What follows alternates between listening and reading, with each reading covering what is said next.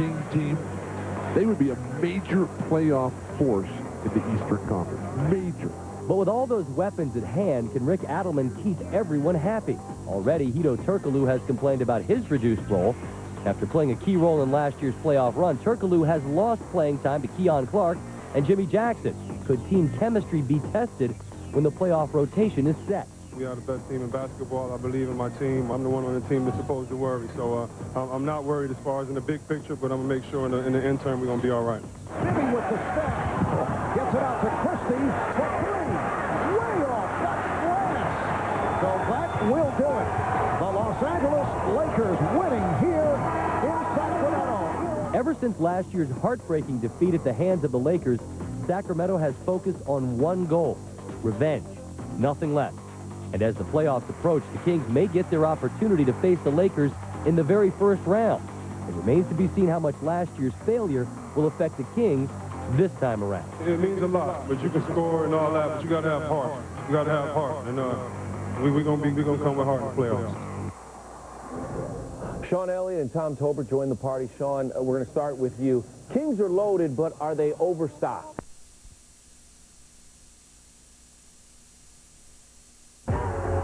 Later, we blaze into the Bay Area as the bad boys of Portland take on the Warriors, who are trying to stay alive in the playoff hunt. It's NBA Friday on ESPN.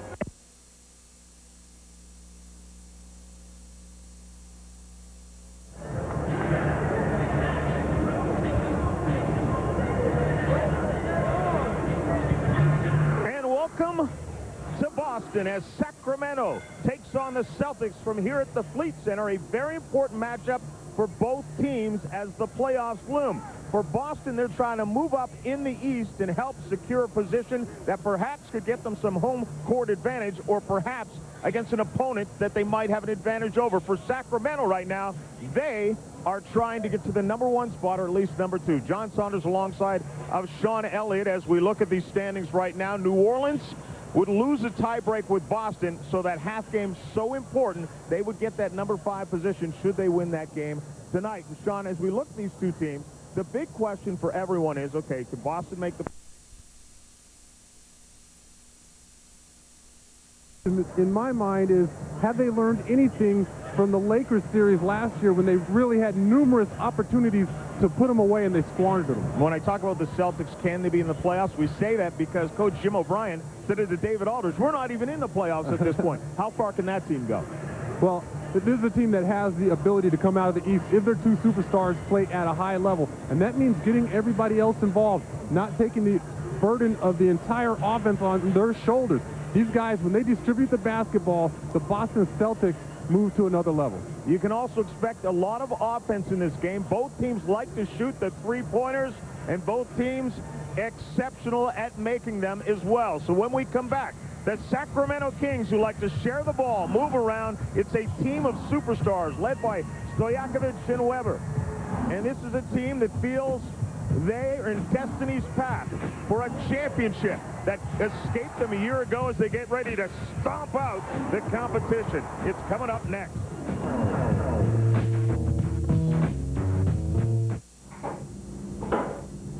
Chili's baby back ribs.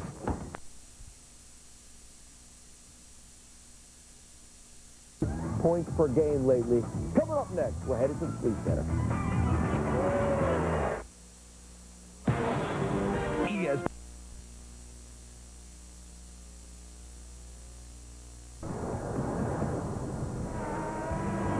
Welcome back once again. NBA Friday here on ESPN from the Fleet Center in Boston. The Sacramento Kings are charging in the West against the Boston Celtics, who can clinch a playoff berth with a win tonight.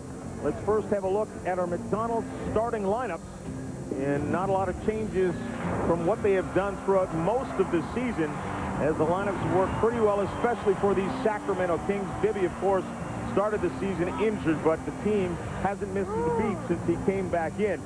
And, of course, the thing to point out for Boston, Sean, is J.R. Bremer, who's a rookie and is running the point right now for Boston. They've been successful with him there. And he almost has 100 three-pointers this year. And for a guy who didn't play a lot at the beginning of the season, that's an astounding number. Yeah, that's one of the reasons they like him in the lineup, because This team shoots more threes than any team in the NBA, and Bremer, last year at St. Bonaventure, became their all-time leading three-point shooter. He can fill it up, that's for sure. He's got a beautiful rotation on his jumper, and he does a nice job of directing the team. Blunt is into the starting lineup as Pierce launches the shot, and we should point out the reason is because Tony Battie has had some problems with a knee and a toe. So he has been playing the last couple of games, but missed about a week before that. You saw Paul Pierce hit that first jumper, John. He's going to get a lot of good looks tonight. Bibby with a floater along the baseline. The problem is the Kings are going to get a lot of good looks, too. Yeah, that's the question. Jim O'Brien has talked about his defense. Bremer launches. It looked like a three, but foot on the line. That's a deuce. Yeah, that's the shot I don't like because it's the long two. You step back 2 or 3 inches, you get another point. Could have stepped back a half an inch on that one. Bremer trying to stay with Bibby into the paint. Off to Weber. Ball fake. Swings it back out. Bibby with a look. That's a 2 as well, as his toe is just on the line. He's an exceptional shooter, John. This guy spends a lot of time in the gym. He's a gym rat. Loves to play the game, and it shows. One pass. Entry was knocked away by Doug Christie, one of the best defenders in the league, and Christie now takes it to the rack as well. It gets fouled on the way up. David Aldridge, this is a team, a couple of teams actually, that are primed really to make a run in the playoffs, they feel. Absolutely, John. Chris Webber getting into playoff mode after Wednesday's game in Washington, in which the Kings blew a 22-point lead, almost let the Wizards win. He got after his teammates. He said, you cannot complain about calls down the fourth quarter stretch. You have to play through them. He wasn't happy when Jimmy Jackson got a technical foul for complaining about a non-call. He said, this is the playoff stretch. We have to be ready to play through bad calls. I like that. Because the Kings, you know, they're a team that they can get distracted by the referees. And it's happened to them plenty of times. Something, obviously, as David says, you don't want to even think about doing that in the playoffs because it'll swing a game. One game will swing a series. Walker puts it on the floor, and Weber strips him. Christie with it. Bounce pass to Bibby. Takes it to the glass and gets the roll to drop. You see that shot? Yeah. You see the kind of English he put on it? I mean, that had, the spin was going the opposite direction of what you'd like to shoot a bank shot. Blunt with a travel with nobody near him. Now watch this. First of all, that's an incredible bounce pass by Doug Christie, but the presence here, I mean, he's spinning the ball really the opposite way you would like off the glass and still gets it to go. That's just talent. Weber, jump shot is good. Now, unless the Celtics are going to step up and play D and really get in the Sacramento Kings jerseys, the Kings are going to get wide open looks all night long. And their defense was so good in their last outing when they beat Miami, held them under 70 points. And Pierce gets stripped by Bibby. Walker tries to get back. Not even close in the easy layup. You know, the backcourt for the Kings is just too good. I mean, defensively, Bibby has quick hands. Christie moves his feet. He has excellent reach as well. All these guys play passing lanes. Got to be careful with the basketball. Pierce launches a three-pointer. That's a little deep and then out of bounds. Oh, here it is. Paul Pierce up fake, trying to make something happen. He has that dribble a little too high. Bibby able to sneak in there and just take the ball away. If you're Jim O'Brien, you don't like this start. Bibby is 4 of 4 from the field. The Kings 5 of 5 from the field. And turnovers part of the problem. Stojakovic. Oh, I'll tell you what, Jim O'Brien might want to get a timeout right now because everything's going down. Yeah, when you have that ball, I mean, first off, the spin, the rotation on that ball was ugly. Hits the back of the rim, pops straight up for you and drops. You need a couple timeouts to recover after that one. Sacramento on an 11-0 run here as they continue to be perfect.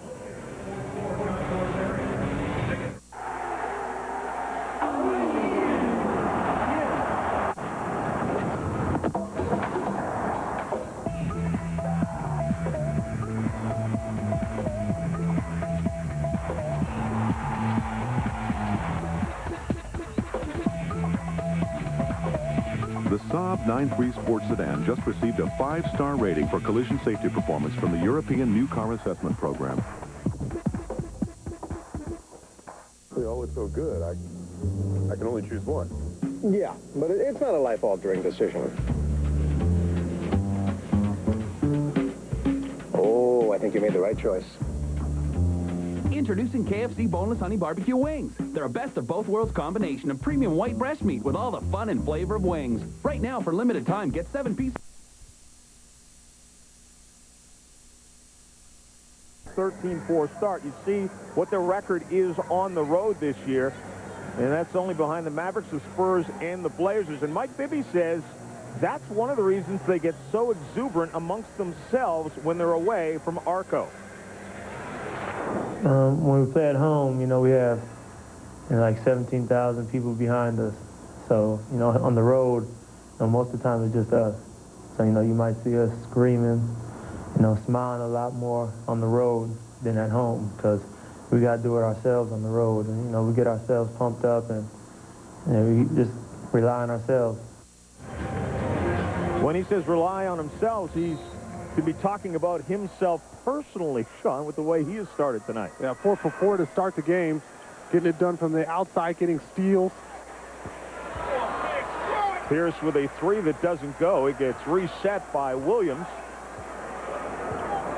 Walker takes Weber away from the hole. Pierce slipped. Walker, ball fake. Comes to Williams on the baseline. Jump shot is good, and it's a 3. Nice inning to the possession because that was a little ragged.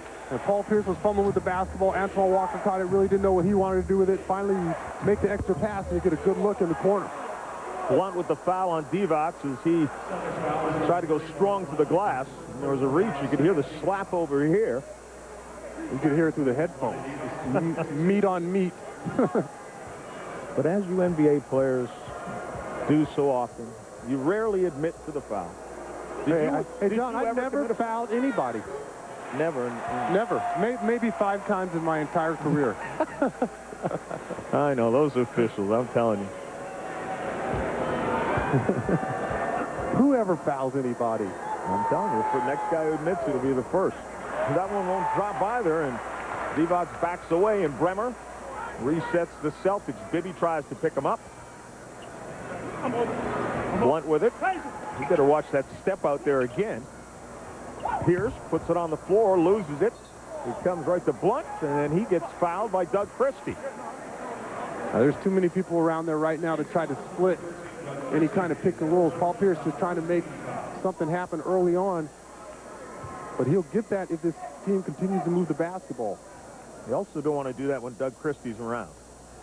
Number 2 in the league in steals. And, you know, Paul Pierce looks like he's slipping on the floor. Well, there is ice underneath. Nice ball fake by Bremer. Jump shot no good. Christie with the rebound. Yeah, he's had trouble keeping his footing. Stojakovic. That would have been a deuce. Doesn't go. Weber almost gets the putback. And Walker clears it. He's got to dunk that, and he knows it. He's kicking himself for not putting that ball down. Pierce swings it to Bremer. Good pass. 3-pointers no good. Bibby has it now. Weaves his way, finds Weber, pulls up for the jump shot. Not even close. Little adrenaline. That draft. A little updraft with that ice underneath us. Well, the Kings have missed their last 3 after hitting their first 6, and Pierce gets fouled there. Who will the Kings and Celtics meet in the 2003 NBA playoffs? Well, you can log on to NBA.com for the complete playoff picture. It's too early for them to give you an answer just yet, but you can certainly get your idea. And there are a lot of question marks out there. Playing for seeding right now. Pierce gets to the line more than anyone in the NBA this year. He's number 1 in attempts and number 2 in makes. Shoots it at an incredibly high percentage out there as well, but getting to the line is so important. Well, because he's determined once he puts the ball on the floor. And that's a guy who splits double teams, splits pick and rolls. Once he finds a mismatch on the perimeter, he takes advantage of it. He doesn't mess around. Divac swings it to Jimmy Jackson. Weber. Oh, Divac was open underneath. Stojakovic, three-pointer, no good. And now the Kings, as hot as they started, they've gone just that cold as well. There's so much ball movement when you watch the Kings. Bodies move, the ball moves. It's extremely difficult to defend every option that they have. Good ball movement there. Pierce drives, swings it back out to Walker, sets his feet at the three, no good, and Jimmy Jackson gets the rebound. Looks like Anton was falling backwards, fading away on that three-pointer. That was a beautiful penetration and pitch by Paul Pierce. Got to knock that down. You won't see M.Bibby make a pass like that very often. That wasn't even close to Chris Weber. See the three-point field goals. Celtics, they shoot more than anyone else, and when it's going their way, it works. Thus far right now, it's not 1 of 6. Walker tries to work on C-Web and does. C-Web wanted to travel, but that's a good move by Antoine Walker. He keeps his pivot foot. He's able to use it. He doesn't pick the ball up too early, and he shows you fundamental basketball. Jimmy Jackson right on the line. That's good for 2. Talking to one of the coaches before the game, Terry Porter, my old teammate, he said Jim Jackson's been a big surprise for him. You know, he does so many things for this team. Antoine Walker, no good. I'll tell you what he's been doing thus far since he's been on the floor is rebounding. And he brings toughness. Bremer gets right out. Jackson with it now. Dumps it inside to Weber, who lays it up. You just can't make any mistakes against the Kings. If you're out of position in any way, they're going to exploit you. Pierce with a look at a three-pointer that's no good. Three's not falling. Jackson ahead of everyone. Great catch. And doesn't get it to drop after the tremendous pass from Divac. Was that a beautiful pass? Amazing. I mean, you don't still have guys that have that kind of instinct for the game, especially at the center spot. Walker's three is no good. Jimmy Jackson with another rebound. Quickly ahead. Weber to Stojakovic. Good job defensively to get back. And now Bremer wants to push it. Yeah, fans are already getting restless with all these threes being launched up. They want their guys to take it to the basket. And they're 1 of 9 from three-point range and turn this one over as well. 1 of 9. And you still have basically 5 minutes left in the first quarter. 1 of 9. That's amazing. And some teams struggle to get 9 threes up an entire game. Bibby now trying to lose Bremer. Swings it to Weber. Open look again. This one's no good, and Pierce has the rebound. Walker tries to beat Weber back up and does. Yeah, well, the Kings are going to have to play better defense. And we were talking, you know, Tom Tolbert was going crazy before the game. You know, that's not championship caliber defense when you just let a guy beat 2 or 3 guys down the court and just run it down your throat. Stojakovic thought he had a layup. It was swatted out of there a couple of times. Bremer for 3, and it's good. They're going to keep shooting them. Yeah, you don't know if it's good or bad until you see the results at the end of the night, because going 1 for 9, you figure you start taking the ball to the basket. Bremer steps up and hits a big one. Are they going to continue to shoot the 3 ball? Bibby, great pass down to Divac. And, you know, Vlade just took his time laying that ball up. He looked like the guy in the old man's court at the YMCA. You know, the guy that still has all the tricks. I don't have to style. You don't get extra points for style. Bremer, another 3. This one's not on the mark. Divac has it come right to him, and Bibby wants to push it. Yeah, like I said, John, is it a good thing or a bad thing that he hit that last 3? Then Bibby draws rain with that and has a look down to the baseline to the Celtics fans who are giving him grief. He wanted a 3-point play. Thought he got hit on his arm. He's 5 of 5 from the field. He just should like the way it's going right now and leave it at that. Walker fights his way in. Yeah, I love that move by Antoine Walker. He's using that size and that strength that he has. Doesn't have to settle for so many outside jumpers when no one can handle him physically. Bibby just launches a 3 over Bremer that's not there, and I'm sure that's not what Rick Adelman wanted. Oh, almost got away with it. When the ball gets caught on your shoulder, you may have dribbled it just a little too high. Yeah, he was cradling that thing like a baby.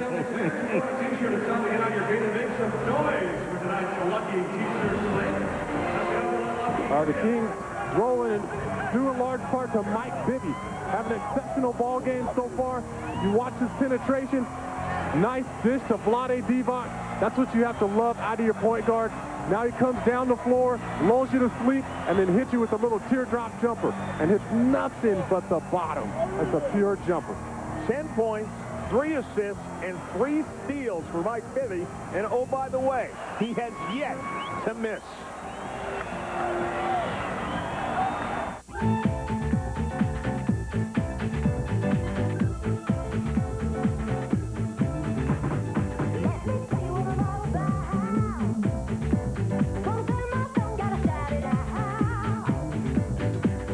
The Saab 9.3 convertible. So many adjectives have never been so affordable. Lease a Saab 9.3 convertible as low as $399 a month for 48 months. For details, see your Saab dealer. She's a real beauty. Oh, I tell you, it'd be a shame if something would have happened to her. What could happen? What could happen? What could happen? Things. Things? Things. Might want to think about getting some protection.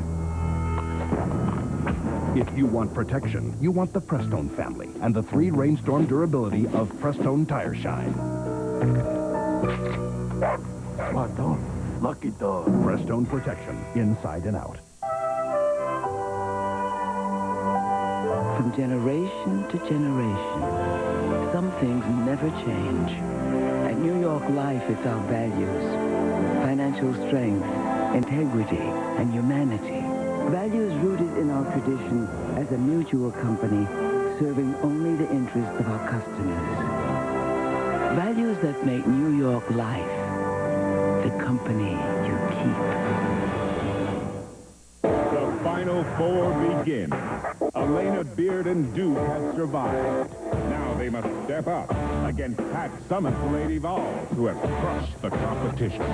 And later, coming off a dominating win, Texas now faces their toughest test against Diana Taurasi and Gino's reigning champ. Connecticut is perfect. The Final Four.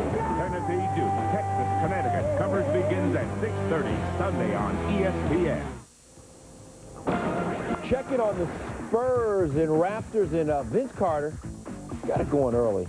Vince the little fadeaway, but that is about the only highlight for the Raptors. The real story, Steven Jackson, 7 of 7 in the first half, Greg Anthony. You know, one of the unsung heroes. They don't talk a lot about this guy, but again, that young trio of him, Ginobili, and Parker playing great. Tim Duncan left with a mild sprain, will not return. Meanwhile, we look at the top 5 in the West. We see the Kings trying to sneak up on the Mavericks. Meanwhile, do not sleep on the Spurs.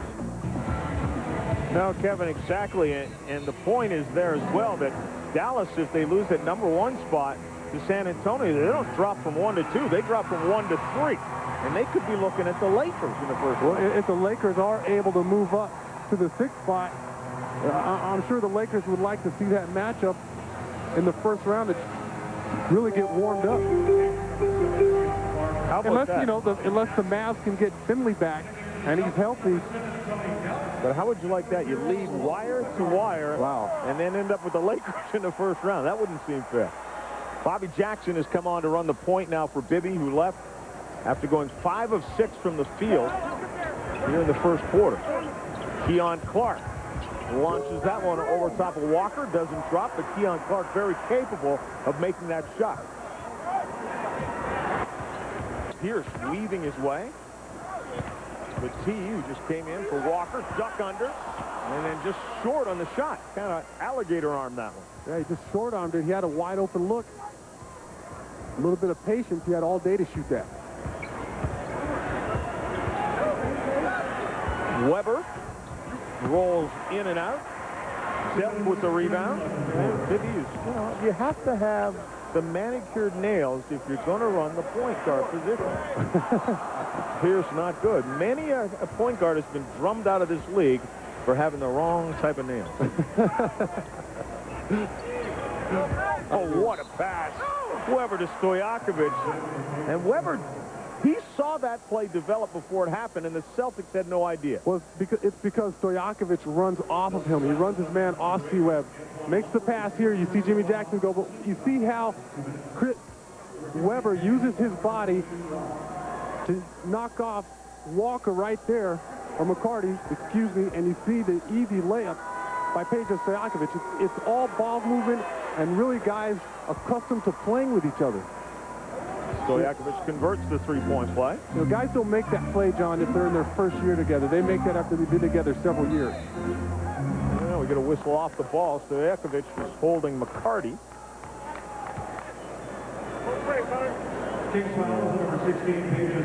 Bibby, of course, running the point, clipping the nails, and saying, I taught C-Webb that. I showed him how a good point guard gets nice assists. Pierce steps in, steps back, and nails the jump. Yeah, tough shot. You have to love the way he's able to put the ball on the floor and use that step back. Classic move. Jackson into a double team, then out of it, shoots over top of Pierce, and it's good. Three-pointers getting too easy for Sacramento. Exactly. When you watch the floor of this game, you watch the Celtics, they struggle for all their buckets. Meanwhile, the Kings, whenever they score, they get them on layups. Nice, easy shots. They hit you right away. McCarty had a fistful of Weber's jersey as he went to the ball. McCarty just loses that one. Or Walker, rather. McCarty with the loss and Walker with the hold.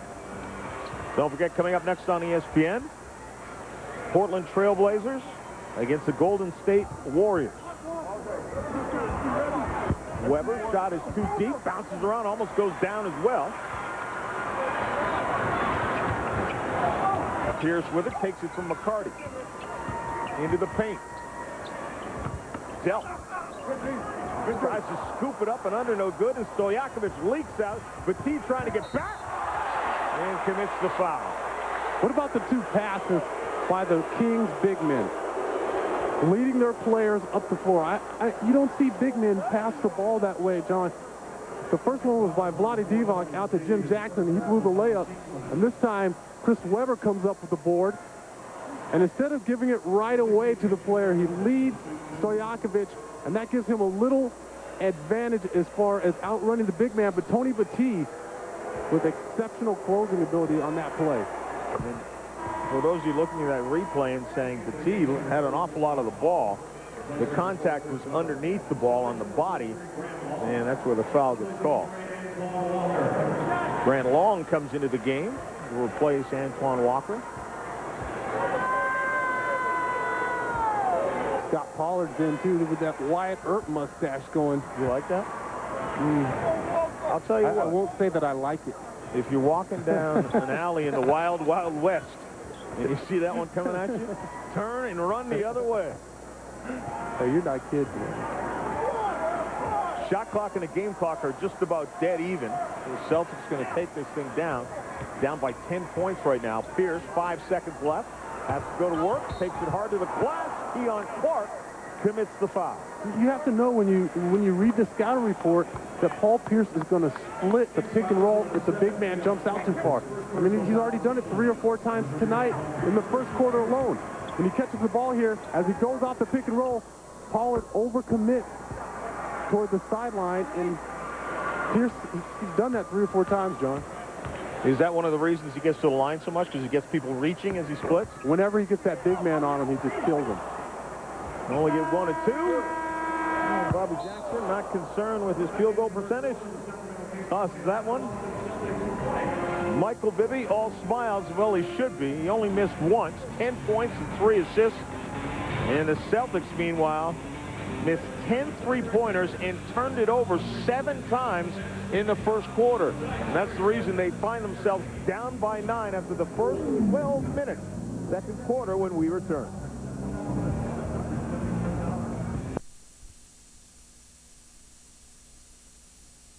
Workout. In practice, we have 14 people. So, you know, I mean, it's the second team has, you know, beat us up a few days. So, and I think they could, our second team can definitely contest and be a regular team. Now, I got to imagine there are a number of players around the league saying, wait a second. But you look at the depth. And there was a wise man who once said, it's best to have deep depth. They have that indeed. Well, you look at all these players here. Bobby Jackson, to me, didn't get enough consideration last year for 6th man of the year. This guy brings so much energy off the bench. Keon Clark, a tremendous pickup. You see that his kind of athletic ability. And this guy, 6'11", has great timing, long arms. He's a tremendous athlete. Can score the ball as well. Turkoglu can knock down jumpers. He has a nice game. Pollard's going to bang you. And Jim Jackson has brought a level of toughness to this team that has really made this Sacramento Kings team a much better team than last year.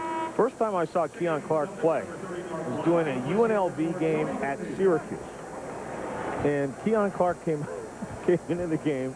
And all of a sudden, looking at this guy who's 6'11" on a pogo stick. Right. I mean, guys that are 6'11" normally don't jump like that. And has maybe the skinniest calves in the league. They're almost invisible. And he just gets off the floor. Delk with it now. Now they back off of him, and Delk can't make him pay. Bounced around. Turkoglu down to Jackson. And he's got Delk leaning him towards the baseline. Jackson swings it around. Turkoglu has it. Keon Clark shoots over long, no good. And underneath, Paul Pierce finally comes out of the traffic with it. Pierce swings it over to McCarty. Ball fake. Jackson got there in a hurry. Delk in for a closer look as Jackson went past him. Then he knocks down the deuce. Now, Bobby Jackson was going for the steal. He almost got it, but after he missed it, that left the door wide open for Tony Delk to get a good look. Jackson, Pollard sets the screen, rolls off of it, and then kicks the ball off his shin. Turkoglu, nice step in to come up with it and get fouled. Yeah, they just have people at every position that can score. I mean, outside of Scott Pollard, you look at everybody else on the floor, they can get the job done. Pollard loses the ball here. Turkoglu, though, in the right place at the right time. It seems like both teams tonight, John, are just fumbling the basketball. What I liked about what Turkoglu did there, you could sense the traffic, and all he did was stay exactly where he was.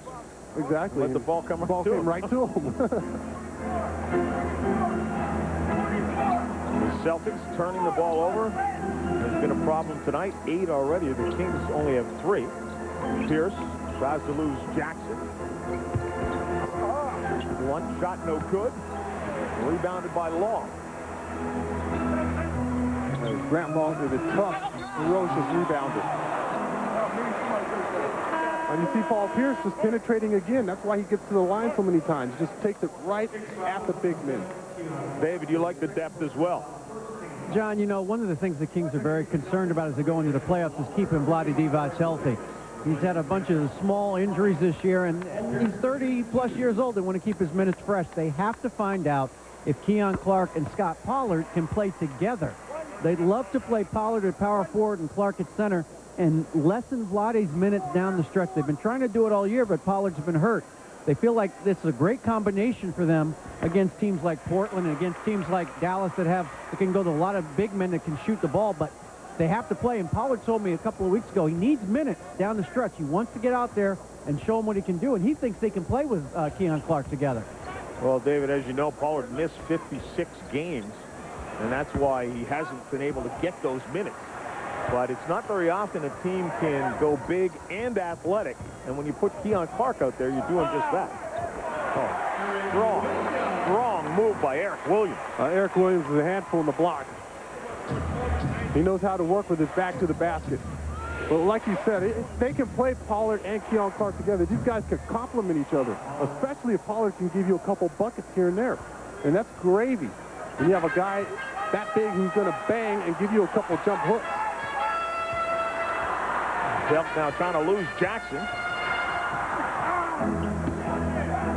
Williams again working on Turkoglu. Spins, and Turkoglu comes over the top, committing the foul. That's just too good in the block area, Eric Williams. And again, the scouting report on Williams is that he's going to spin a lot once he feels you overcommitting. We talked about the injuries for this Sacramento Kings team, and it has been a lengthy list as Williams tries to get the first of the 2 free throws and misses that one. M.Bibby, of course, started the season injured. That's why Bobby Jackson had to run the show. 15 players, 310 games, 13 different lineups. M.Bibby missed 27, Jackson 23, that's Bobby Jackson. Pollard 56, Weber 15, Stojakovic 10. And you're talking about all-stars out of your lineup. Yeah, you know, I thought early in the year, after they beat New Jersey in Jersey, I thought they were a 65-plus win team easily. You know, just because of their style, and you see they have so many weapons. Turkoglu's coming off the bench. He's knocking down jumpers, getting three-point plays on you. Pollard's throwing jump hooks. Jimmy Jackson's hitting threes on you. Keon Clark is blocking shots, dunking. Oh, Antoine Walker back to the hole. You see, and that shows you Antoine's physical ability in the block area. He just, even though Keon Clark is a better athlete, he just uses that size and strength to overpower people down low. Well, Jackson thought we were playing soccer there for a moment. He dribbled that one off his foot and kicked it out of bounds. 38-28, the Kings on top.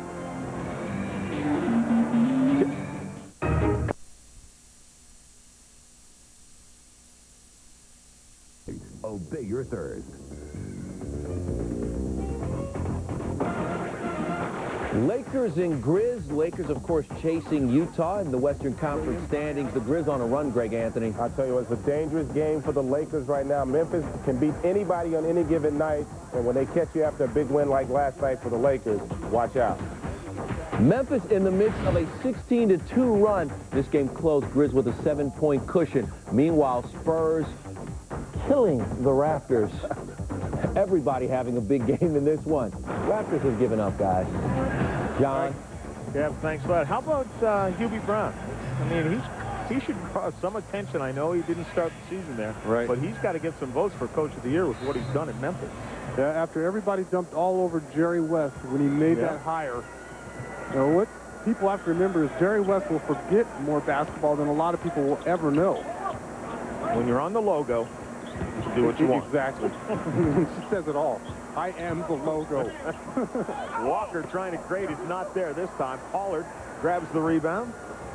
And now Jackson just leisurely walks his way up the floor. Jimmy Jackson. You see Bobby Jackson running the baseline off a couple of screens. Pollard gets it. They close on him. Good hands by McCarty. Then between his legs comes up with it. Waiting for some help. That's not really Pollard's forte, passing the ball. He's the one player on this team that's not known for his passing. Antoine Walker trying to force that one in. Comes to one, and he hammers it down. That was his intent the entire time, right? I don't know if Bobby Jackson was shooken up on that play. That ball was it was free. Anybody could have grabbed it. It looked like 3 or 4 guys in purple jerseys just ducked their heads. Bremer and Pierce are going to come back into the game for McCarty and Delk. And Turkoglu will put the ball into play for the Kings. Eric Williams over there. Jimmy Jackson comes to the ball. Pollard with the screen on Pierce. Stays with him off the rub. Turkoglu inside the arc. Jump shot. That's a guy 6'9", John. Fumbling the basketball, picks it up, and drops a long jumper on you. And 2 possessions before that, he nails a 3-pointer off of kind of a broken play. Bench scoring is 16-2 in favor of the Kings. Look at Pollard get over with a help defense and the block. Jackson right at Bremer. Well, that was a tough shot. You don't normally see Bobby Jackson try and force the issue like that, but he does. And then he gets a timeout out of bounds off both players, so we'll have a jump ball. You know, again, Scott Pollard, a guy who's going to help out on the defensive end. He's going to get rebounds. He's going to bang for you. And this is what you have to love if you're a Kings fan. Antoine Walker doing a beautiful job penetrating, using that size, but Pollard over from the weak side just blindsides that ball. Well, I'd have to say the advantage goes to the Kings. Is 6'10" jumping against 6'2". Inside to Keon Clark. Look at that pass down to Pollard. And again, the Celtics just caught standing around while the ball is moved in and out of them. Exactly. And you can't do that against the Kings. You can't take a moment to take a break. You can't have a mental lapse or physical lapse because these guys share the basketball. They move. I mean, you just don't see this with other teams where you have centers catching the ball, tossing it to other centers. You know, guys play around with the ball like they want to desperately get it out of their hands instead of holding on to it so long. And Pollard didn't look too well on that free throw, but you see the field goals and the assists. The Celtics are not a team that shares the basketball very well. 27th in the league in assists per game. Kings hold that. The Kings move the ball, John, like it's painful for them to hold it. And that's the real key, because everybody touches the ball, everybody gets in a rhythm, everybody's happy. Antoine Walker trying to break down Keon Clark out to Pierce. Jackson does a great job to stay with him. Eric Williams with 3 on the shot clock, no good. Keon Clark up for the rebound. And the Kings are swarming on the defensive end as well. And then Jackson in transition, nothing there. Walker wants to take it right at Keon Clark. Gets it to roll, +1. Now, how are you going to stop a guy 6'9", 250 pounds, motoring down the floor like that with the basketball? How are you going to do it? You can't. He's coming right at you. He has the advantage. He's dictating the tempo, and there's nothing really as a defender you can do if you're backpedaling and the guy's coming at you full speed, and he's an excellent ball handler.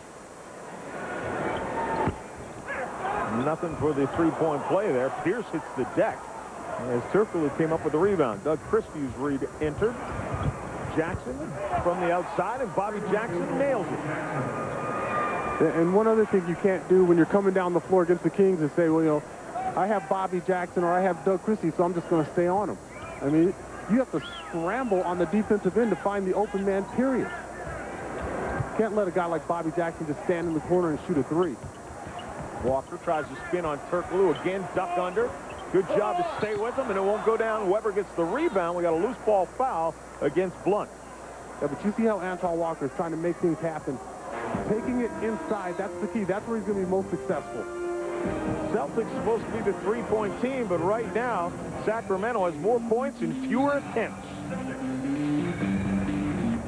If you want to be voted an Automobile Magazine All-Star, you better be good. If you want a unanimous vote, you better be Mazda 6.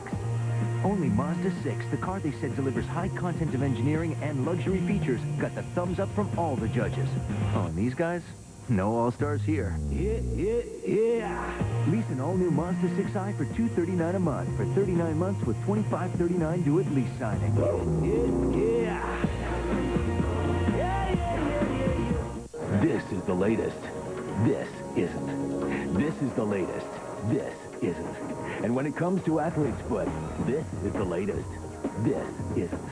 Lotrimin Ultra, the latest prescription strength medicine available without a prescription. Lotrimin Ultra, the latest advancement for relief of itching and burning. The latest cure, so ultra powerful, one use a day is all you need. Nothing's proven to be stronger or faster, and nothing's newer. Lotrimin Ultra, the killer cure.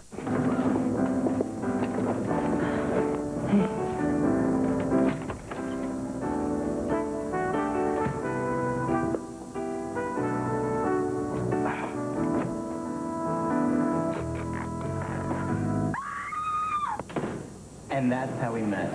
You're so smooth. It's a gift.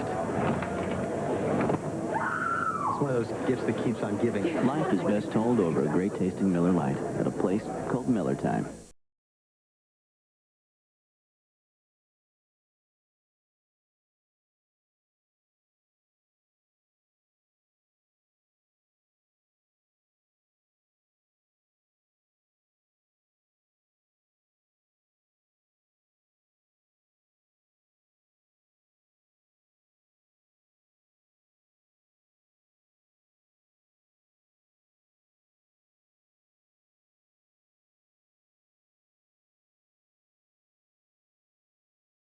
Push for the 8th and final spot in the West, taking on the 76ers. Steve Francis at the end of the first quarter.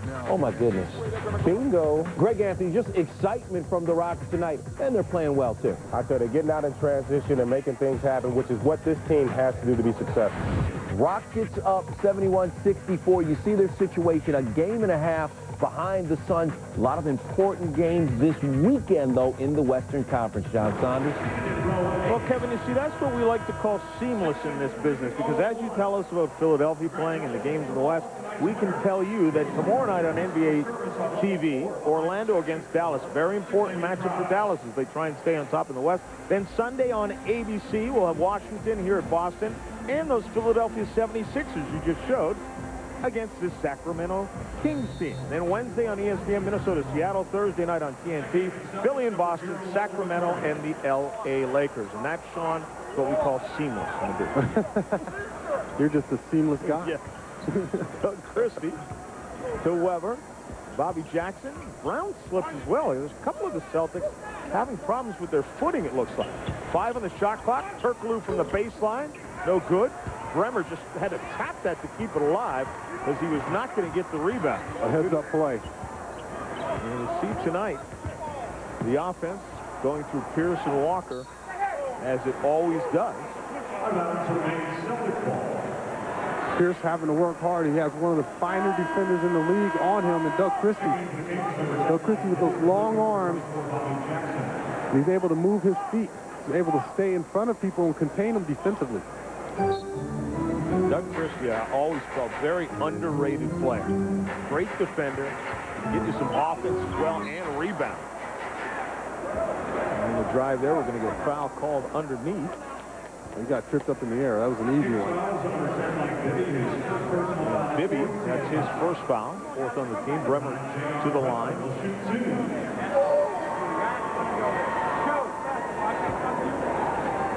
One of the things I liked about this guy this year, Sean, is when we came into Boston earlier this year, as you said, he was just working out, trying to get back from a couple of bang-ups here and there, and you didn't expect much of him this year. And then you're looking, like you said, 93 three-pointers coming into the game.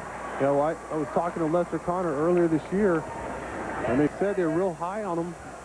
Loved him in training camp, loved his work ethic, thought he was a talented player, had a chance to play. He's really taking advantage of it. Pollard tried to drive, had it stripped. Pierce now over to Bremer, and unfortunately he caught the ball out of bounds. You know, it's just not going your way. When you get a break on the defensive end, you come down, you run the basketball down the floor. And in fairness to Anton Walker and Paul Pierce, these guys have been distributing the basketball, but everybody's been fumbling it. That time, Bremer steps out of bounds. And McCarty not going for Pollard's ball fake this time around. Bibby has Bremer right there in the shorts and tried to clear some space, and he gets an offensive foul. At that time, Chris Webber was in the block area, had somebody sealed, had his defender sealed off, not able to get the pass off. You see Bremer sacrificing his body. Look at Weber sealing, and he's pointing to the top. He wants one of his players to go to the top of the key so he can get a high-low and get an easy bucket. No one responded. Pierce sets up a three-pointer, and that one is good. Yeah, he snuck that one in the basket. We could see it. We had a perfect angle. Looked like it was off to the right. It sure did. Weber with the ball faked and dished into Pollard, who gets shoved by Williams underneath. Again, there it is. And Chris Webber has an opportunity to really jump into a little 5-6-foot floater, and he has the ability to knock that shot down. Instead, he drops it off to Pollard. And these guys just share the basketball like no other team in this league. And that's what makes them so exciting. People love to watch this type of play. Here's Chris Webber, has an opportunity to really run into a little floater there. Instead, he gives it off, a beautiful pass for a power forward, for really a small forward or two-guard making that pass. Bench scoring is now 21-2. Yeah, and that really supports what M.Bibby was saying. He said his second team could beat regular teams. Tell you right, tonight they just about are. Eric Williams, three-pointer. No good. Weber with the rebound. Nobody underneath for the Celtics. A great pass by Paul Pierce again. Can't fault those guys. They're trying to get their teammates involved. Weber to Pollard, out to Stojakovic, puts it on the floor around McCarty. Christie to Bibby, three-pointer, just a little long. Pollard chases down the rebound. He had everyone sealed. Yeah, and after you work so hard on the defensive end, you just almost hand the ball back and say, here, go ahead and try to score again. Weber again trying to lose Williams. McCarty gets in there and strips the ball. Weber thought he was fouled. And that bounce pass that Pierce tried to get into Bremer was picked off by Bibby. Saw it all the way. Yeah, Bibby's just too quick in the open floor. And Weber, if you're going to leave me open by 5 feet, you can bury that all day long. This This one, the Celtics think they've caught a break. They have another break go against them on the other end. You cannot leave Chris Webber open from 12 feet away. Shot clock was down to 7. Walker loses it. Stojakovic lines up a three-pointer that's good. In transition. What kind of shot is that? And he comes down, 3-on-3 in transition, just pulls up for a 3-ball with the utmost confidence. Just scary. And it's set off by the defense. Antoine Walker trying to penetrate. Again, leaves that ball high. M.Bibby in there with those quick hands. And you have to pick up Peja Stojakovic. You have to know the scouting report on him. The guy is a dead-eye shooter. Back-to-back three-point championships at All-Star break. And the Kings starters with 29 points. Their bench with 22. M.Bibby might have been right. We've come this far. It's within our grasp. We can do it. So what time is it? Winning time. I can't hear you. What time is it? Winning time. Okay, on 3. 1, 2, 3. Winning time. It's time for McDonald's new winning time game. Just peel, reveal, for a chance to win great prizes like drive time, sell time, cash time, and chow time. It's fast, fun, and easy. What time is it? Winning time. No, what time is it really? We've got practice. Hey, guys. Hey, what's up, man? Well? Well, what? Aren't you going to say something? About what? Forget it. What's the matter? I can't believe I changed my hair and you guys don't even notice. You're not a woman. Why use a woman's gel? Introducing Suave for Men Sport Gel. Holds just as good as her brand for half the price. New Suave for Men.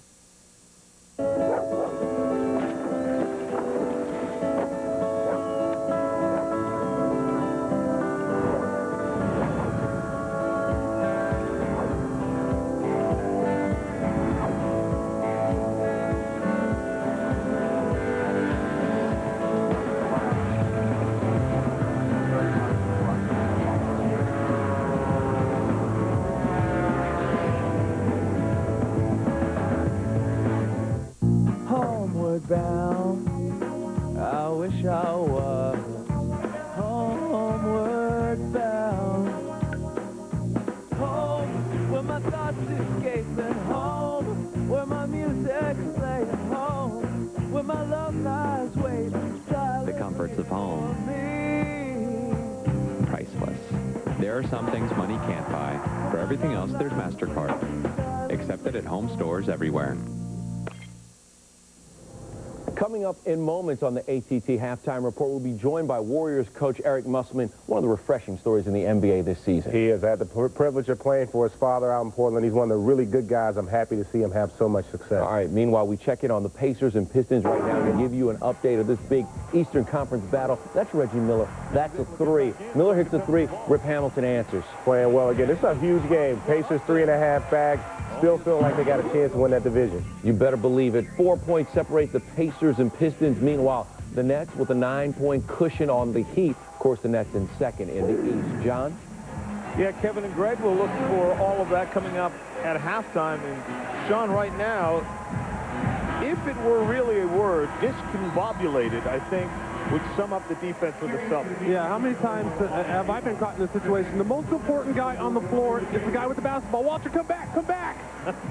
You can't leave that man open. And what happens lots of times in that situation is you have Antoine Walker behind you saying, I got him, I got him. You naturally assume that he's going to come up and take his man. Walter McCarty runs across the floor, leaving Chris Webber open for that open 12-footer. And that's just too easy. Stojakovic picks up the foul with a hold on Williams. So 7-0 run now. It looked like they were communicating after that play. I don't know what Antoine Walker was saying to Walter McCarty or his teammates, but you have to communicate on the defensive end. Nothing is going right for the Celtics right now. You know, those kind of things happen, John, when you're going through slumps. You're not communicating well on the defensive end. You're not moving the ball and shooting the ball well on the offensive end. And it's a vicious cycle. Here at the Fleet Center in Boston, John Saunders, Sean Elliott, and David Aldridge, as the Sacramento Kings look to move up the ladder in the West.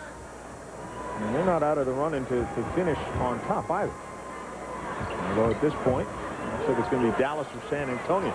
Stojakovic launches a shot that's not close, and you won't see that very often. Yeah, that's when they try to go too much for one-on-one basketball. You know, Paul Pierce is a good defender. It's not going to be easy to get a shot over him. Yeah, Pierce is looking for a foul call on that. It looked like Divac had it all. And Christie wanted to run, trying to find Weber or Stojakovic. Knocked out of bounds. Rick Adelman up off the bench saying, wait a second. They're going to turn it over to the Celtics. And that ball's just moving too fast. Even the referees can't keep track of who hit it last. Pierce gets Christie to fly by and then tries to create. I mean, there's just a lot of bodies in the lane as they try and push it to the glass, and then Christie, looking for Weber, put it behind him a little bit. A little bit. Just a little ragged play by both teams.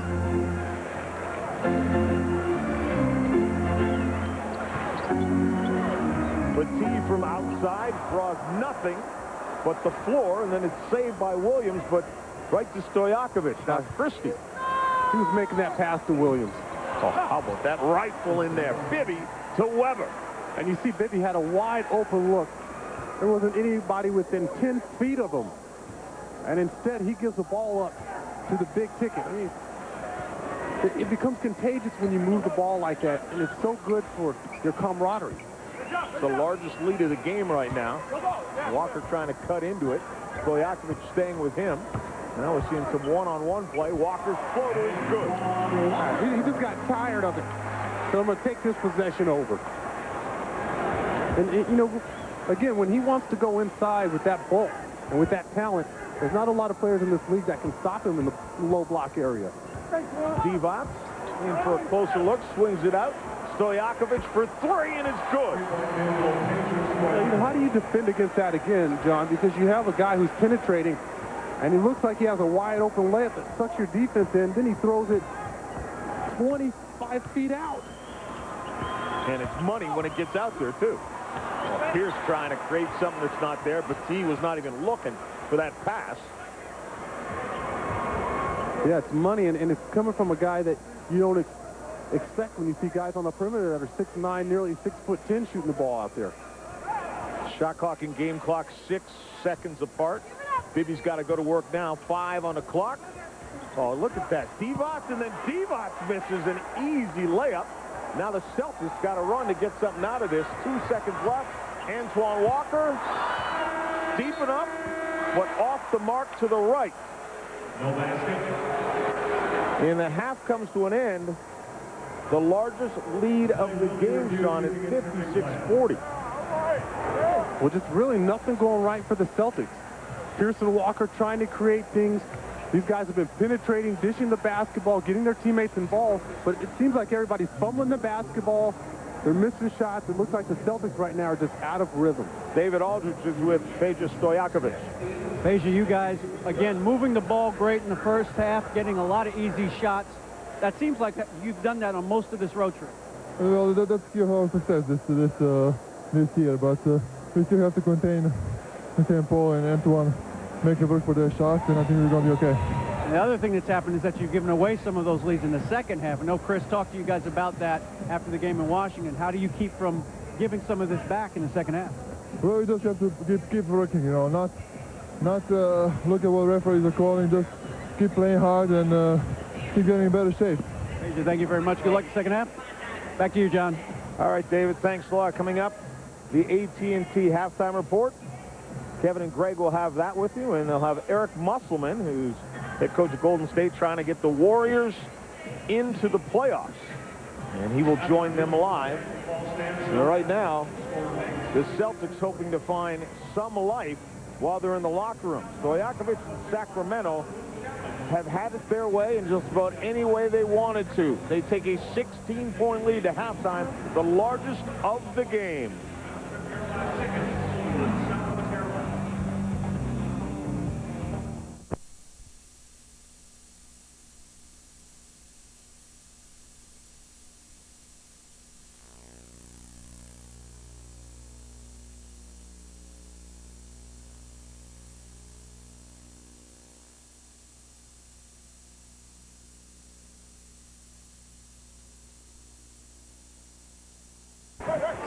Dumps it to a 4 this time. Clock's at 5. Got to go to work. One variety of ways. Scott Pollard even got involved with a jump hook here. Went to the line a few times. Tito Turkoglu from the outside. He knocked down a couple big-time jumpers. M.Bibby talked about it. He thought his second team was as good as a lot of regular teams, as he said. Certainly proving that tonight. Yeah, I was going to say, it's hard to argue with him when you look at those numbers. Scott Pollard right now with the 5 points. That's at his average for the season. We got a whistle.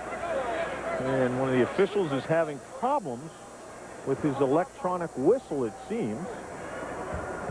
And what happens for a lot of fans that don't realize this, whistle blows electronically, everything shuts down. And so we got the time. Let's check in with David Aldridge. Guys, the Celtics, the bench scoring, as you mentioned, was a problem, but even more so is the turnovers. It's the team that averages 14 turns a game. They had 13 in the first half. They cannot give this team, as they said, too many second opportunities. And third... We got it all in fourth quarter. Hope you guys like to get sued. Can't allow that in the second half. Yes, David, that's absolutely the case right now. If they hope to crawl back into this one, they're going to have to reverse a lot of trends in the first half. It's Courtney Kirkland, who's still having the problems with his electronic whistle there. Now he's got it all settled up and ready to go. You talked about all those turnovers. They lead to a lot of fast break buckets, a lot of layups by the Kings. You can't afford to give them easy buckets because they're getting enough of them on their own. Stojakovic doesn't go, and much like a shot he had early in the first half, it went straight up, but this one didn't go straight back down and through the hoop.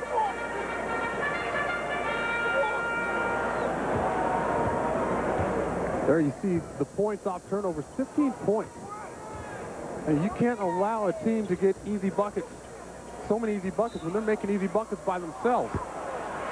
Paul Pierce with a travel as he was trying to set up off the screen that Petit was setting to lose Doug Christie. And he picked up that pivot foot. Well, the Celtics coming out of the locker room look like they have a little bit more pep in their step.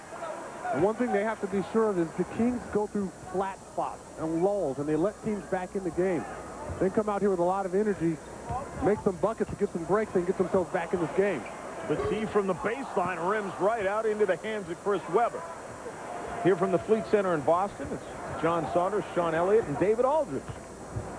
As we give you the first of our doubleheader here on Friday night. Divac going up for the rebound. It's tied up with Petit. Jump ball is the call. Well, you see the Kings every time a play happens. They get together, they're slapping hands. They're all on the same page. You can tell when you see 5 guys out there that have one common goal. Christie thinks about the 3, then launches off the mark. Bremer with the rebound. Yeah, too much time to think about that one. Antoine Walker. Not enough time there as Doug Christie picks that pass off. It was telegraphed. Now, you can't throw lazy passes with Doug Christie, B.Jackson lurking around. Stojakovic no good, rebounded by Petit. So the Celtics are getting their chances here as Sacramento started cold here to start the second half, but not able to cut into it because they're just as cold. Yeah, they've gotten the stops they needed. Now they need to put the ball in the basket. And Pierce gets fouled as he got Divac up in the air and leans in. You can catch live NBA action on NBA TV, and the Mavericks trying to secure home court advantage throughout the playoffs and trying to avoid winding up in the 3 seed. Tomorrow night at 8:30 as they host Tracy McGrady and the Magic. Magic and the Mavericks tomorrow at 8:30 only on NBA TV, and they're catching Tracy McGrady with a bad back. He's had it tender all year long, but at this point right now, they're not even using him in practice, we're told, but he will be available for the game. But he's so good, he's going to come out and give you 30 points anyways, bad back and all. He's going to have an off night with a bad back and only come up with 32 or 3. Yeah. Well, I must say that Tracy McGrady has converted me this year. I told you he would. He's something else. Bibby now at the free throw line finds Doug Christie. Jump shot is good. Now, when you got your breaks early on, and Sacramento starts rolling again, find yourself down 20. Eric Williams trying to muscle in, but he with a tremendous follow. There you go. You see Antoine Walker clapping. That, you know, that injects some life in your ball club if you get a big play. Bibby is looking for Weber. Pass comes out to Christie. To back up that follow-up dunk with a stop. Bibby, three-pointer, no good. And tied up underneath was Battie with Divac. Battie is going to pick up the foul. I see, this is an important possession. You just came off a rebound dunk. The crowd came to life just a little bit. You get a stop, you can go back down the floor, and you don't get one. Not only do you not get one, you get an easy jump shot from the free throw line. A wide open look, exactly. And you see the body language of the Celtics. I mean, they're walking up the floor with their heads down and their shoulders slumped. Pierce with it. Christie stays right in his hip pocket. Nice pass. Down to Battie. Can't get it to follow, but he's fouled by Divac. That beautiful pass. And again, it was Paul Pierce splitting a pick and roll. There he is. He's done this all night long. That defender overcommits. And that's an unselfish play because he could have taken the ball to the basket himself or he could have pulled up for a jumper. Instead, he dishes it off to his teammate.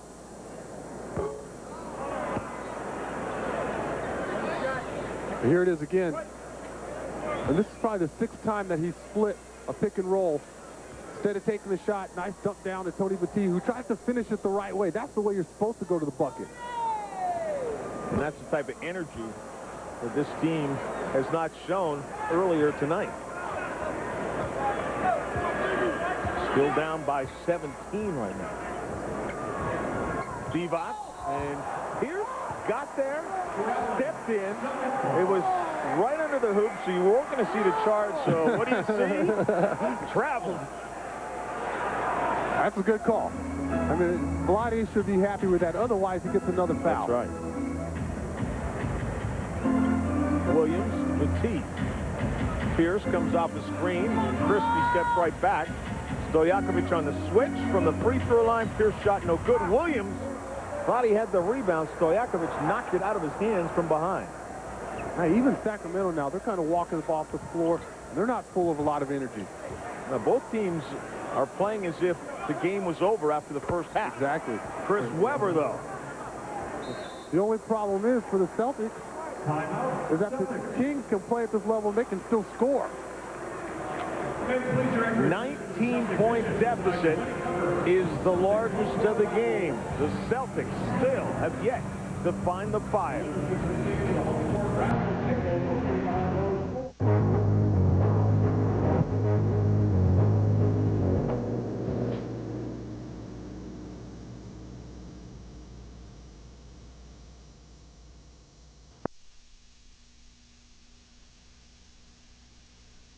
Reproduced, rebroadcast, or otherwise distributed or used in any form without the express written consent of the NBA. ESPN's presentation of NBA Friday, brought to you by GMC. We are professional grade. And Miller Lite. Life is best told at a place called Miller Time. Check in on the Lakers and Grizz, and sometimes life isn't fair, is it, Greg Anthony? Not at all, especially when you got to go up against that. Kobe Bryant, the baseline noise on Shane Battier. Grizz answering, though. Wesley Person, the jumper. Grizz up big, 74-59 in the third. Meanwhile, the big note here in the Spurs-Raptors game, Lenny Wilkins becomes the all-time leader in losses with his 1,107th loss, passes Bill Fitch. How about the Spurs? They just continue to roll. They put up 124 points. John? All right, Kevin, thanks a lot. And the Celtics fans are still fired up. How about that San Antonio score over Toronto? They're playing great basketball right now, John. And furthermore, the West, everybody's gearing up. See what Houston did to Philadelphia. Houston's fighting for a playoff spot. And meanwhile, people in the East are talking about Philadelphia having a chance to come out. Well, they've been the best team in the East since the All-Star break, so that is quite a win. Again, great ball movement by Sacramento. Stojakovic was actually looking for Divac there. It gets knocked away. Divac's telling him, running down the floor, he's telling him, throw that bounce pass. Trying to Walker. Williams turns around. Good move on the baseline. He's looked good tonight offensively. Yeah, in the low block area, whenever he's been able to touch the ball, he's established a scoring presence. That's the good news. Bad news is the Celtics now have 11 assists and 15 turnovers. Weber trying to work on Antoine Walker, who comes down hard and commits the foul. That's his third. You know, that was just a mano-a-mano challenge. That's what that was, because Chris Weber had M.Bibby all alone in the corner. No one was near him. The help came over, and he didn't care. He was just trying to take that ball to the bucket. He was trying to make a point.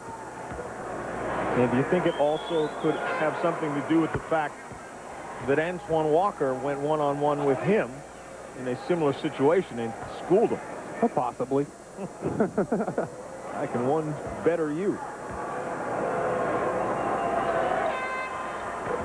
And Weber knocks it down, so Petit to Bremer. And the lead back to 19. In the game, you see the Celtics still struggling. That 3 of 16 from 3 really tells a story, because they will keep shooting. Well, they had 13 threes in the first quarter alone.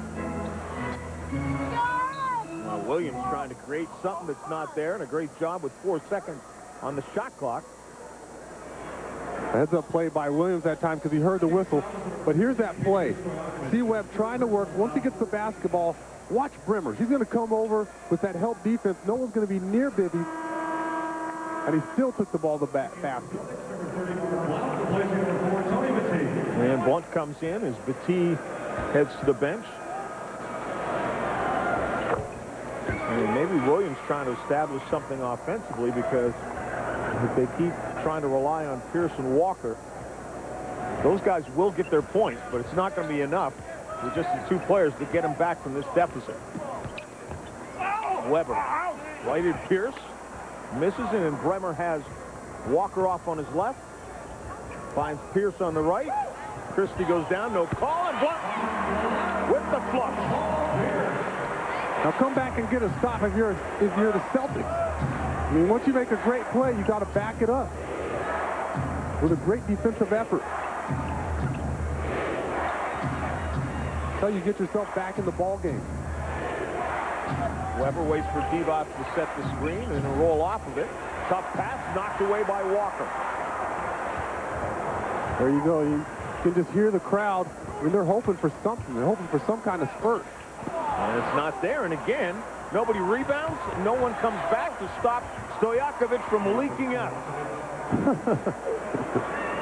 I mean, that's not the path I would have taken. I would have tried to lay that ball on the left side of the glass. That's in my older days.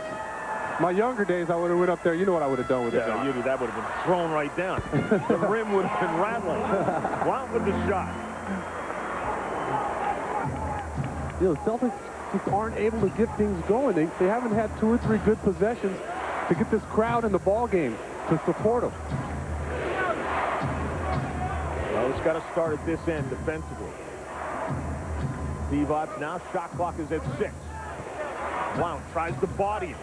Bounce pass out to Stojakovic, 3-pointer, no good. You knew Vlade was going to come with something clever. I look at that in and out by Paul Pierce. Walker, ball fake, then drives down the lane, trying to create something that's not there. Gets it back, goes up, gets blocked by Divac. Williams to Pierce. 3-pointer is good.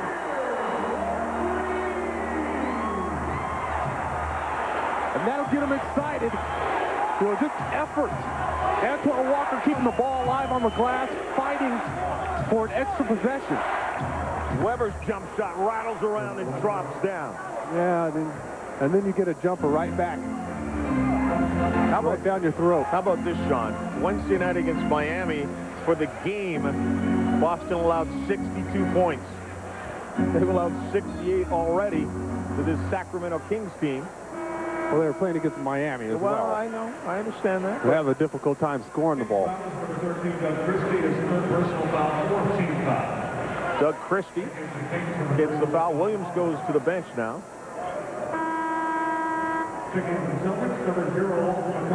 And Chris Webber, even though he's out there, he doesn't look 100% to me. He's still hobbling a little bit, getting up and down the floor, and he's a guy at that power forward spot who can outrun a lot of other power forwards in this league. Here's jump shot over top of Doug Christie. That's a good battle. You know, Christie knows his role. He's not going out there trying to score a bunch of points. He's going to take them when he can get them, but he's out there to play defense. And by being tenacious, he draws the foul on Paul Pierce as he just ran hard to the hole and just bounced around off Pierce. A couple other Celtics, and the foul goes against Boston. You know, just because he continues to move without the basketball. Bibby now waits for someone to come to the ball. Decides to drive baseline. Blocking foul against Plunk.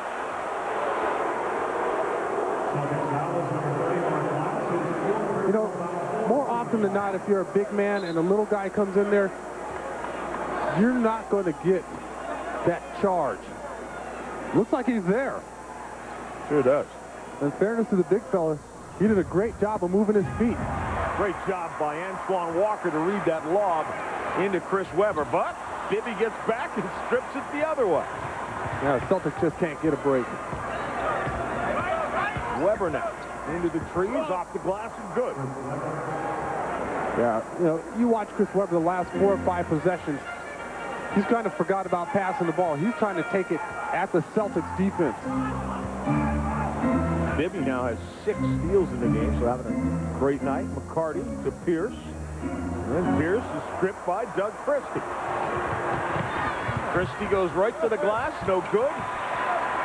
And Stojakovic was late getting there to stick the one back in, and so now the Celtics come away with that. Christie has 5 steals. And you just have to be careful around those guys. You got to take care of the basketball.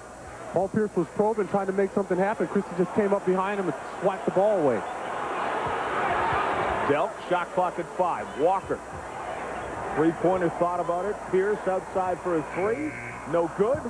And Stojakovic comes up with the rebound. You see how conscious Paul Pierce was of the three-point line?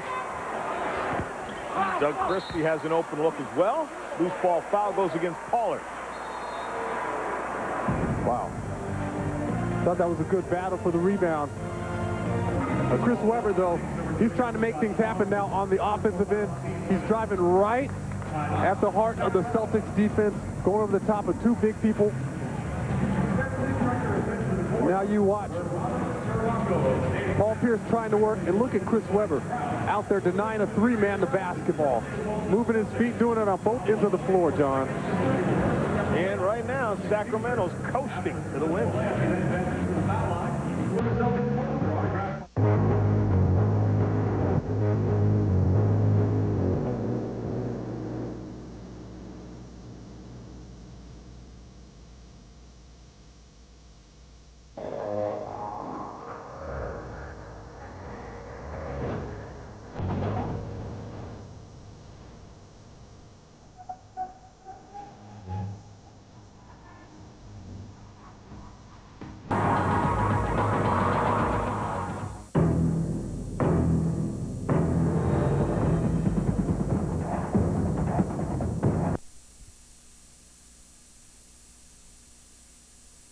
Pistons, of course, Pistons trying to hold on to a 3.5-game cushion. Jermaine O'Neal, baseline noise.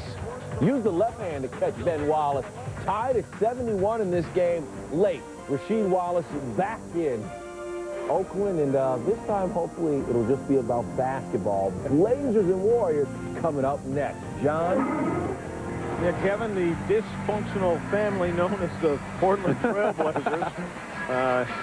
You know, so much talent, and obviously you cannot rule them out. Maybe they can pull together that adversity and make a run. What do you think? You never know with that team, and that's been their whole problem all maybe the last 4 or 5 years. You know, does it spark them or does it drag them down? The whole incident with Ruben Patterson and Zach Randolph. I mean, you have to wonder. You know, I told numerous people this year, though, my only problem with the Portland Trailblazers is every time I start to put my foot on the bandwagon something happens. The cart tips over. Exactly, and there you have it. I mean, who knows with that team? Well, Paul Pierce is having problems protecting the basketball. He's turned it over 7 times, which is 2 more than field goals made. You have those nights, especially when you're a guy handling the basketball all the time, trying to set up your teammates or create opportunities for yourself. You're going to have those nights where the ball just doesn't want to stay with you. And this is a guy the Celtics really hoped could give him some strong minutes in the middle. And right now, they're just looking for some sort of defensive presence in the middle as B.T. is kind of working on one wheel. M.Bibby's shot grazes the iron out of bounds. Oh, they need some defensive presence. They need stops. They need to get the ball moving on the offensive end. They need to knock down some shots. They need to get this crowd energized and behind them. So Doug Christie is out of the game right now, and so perhaps a chance to turn up the offensive end with the best defender out. Wow! Paul Pierce says, boys, get on my back, let's go. Ouch. Now, that's how you put it down. That's how you drive the baseline like you want to score the bucket. And no coincidence Doug Christie's on the bench when that happens. See, and it brings everybody's intensity level up. And then he gets a hand on the pass, almost gets a breakaway steal. When you have a big play like this, it can ignite your ball club. Blows right past Jim Jackson and puts it down with a fierce right hand. That net on the other end is still messed up. You hear the snap from here. Celtics on a 14-6 run. Jimmy Jackson's shot, no good, off the shot clock, out of bounds. And so now the Celtics, after trailing by 19, have a chance to cut it down to single digits. Well, they're getting it done on the offensive end. On the defensive end, rather. Now they just manage to get everybody involved or knock down some jumpers, take care of the basketball, get in some kind of rhythm. Antoine Walker swings it out to Delp. There you go. Good ball. Corner, McCarty for 3, and it's good. That's how you get yourself back in the ball game, John. Now look at the Celtics on the defensive end now. Everybody's alive. It looks like they're injected all of a sudden. Look at them. This is completely different. And the drive is going to be an offensive foul on Chris Webber. You know, so often with teams, it takes a big-time defensive stop or offensive plays to get you guys going. I mean, now they're hitting jumpers, and all of a sudden on the defensive end, they look like they're world beaters. Look at the GMC game track. Sacramento, Stojakovic with the 15. For Boston, it's Pierce and Walker again. Pierce comes up with a jump shot. That's good.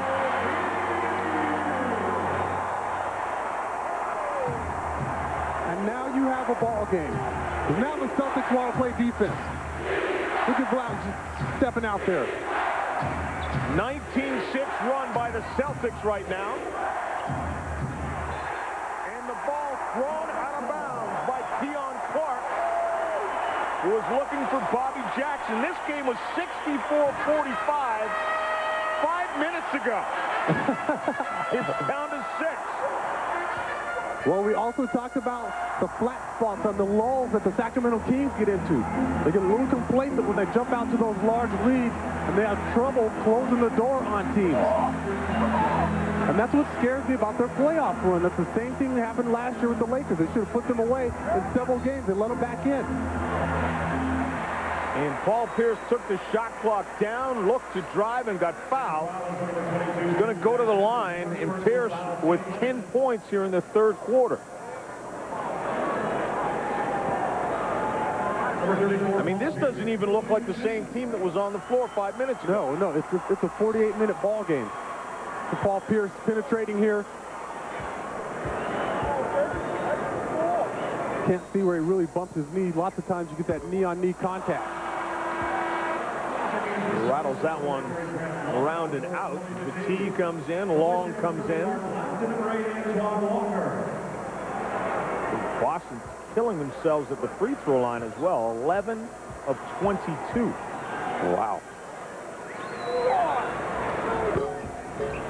Pierce gets that one to dance down. 5 seconds left. Jackson's got to push it in a hurry. Got to get a stop here. Three-pointer. Well short. And the Celtics with a tremendous run. You can't even say for the entire third quarter. Exactly. They did it in the last 5 minutes, a 26 run. We got a ball game. Hello.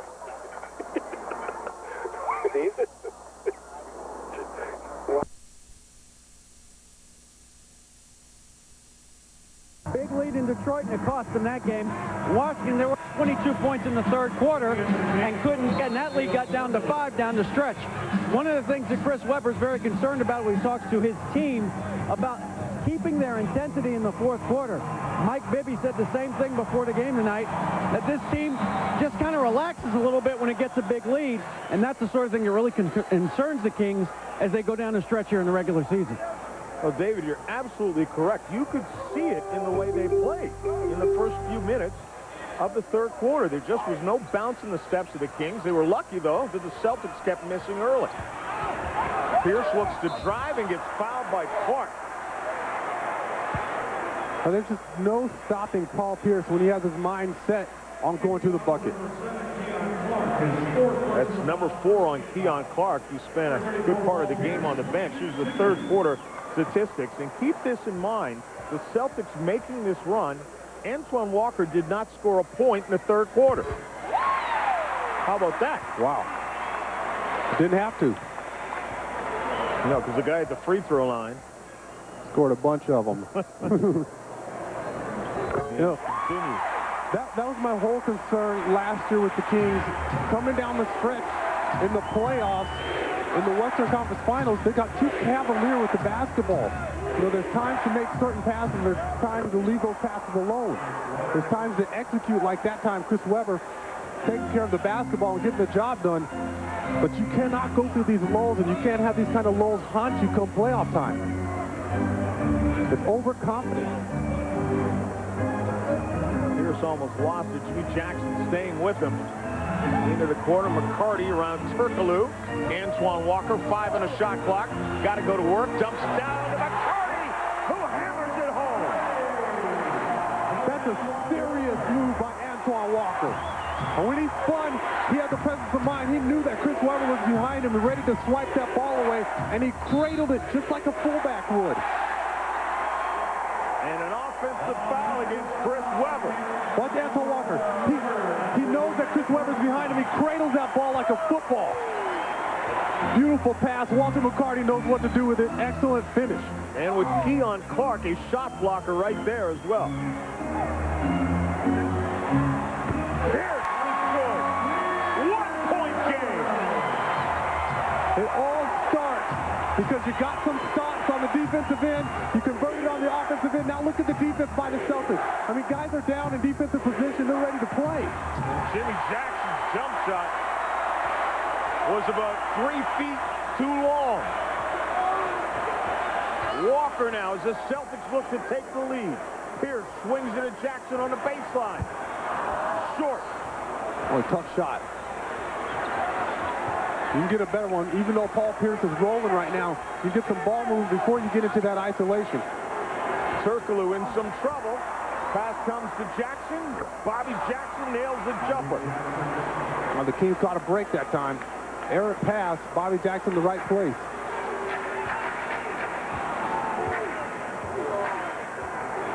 Delk met by Bobby Jackson. Tough pass down for Antoine Walker. Outside, Delk in for a closer look. Free throw line jump shot. Too deep.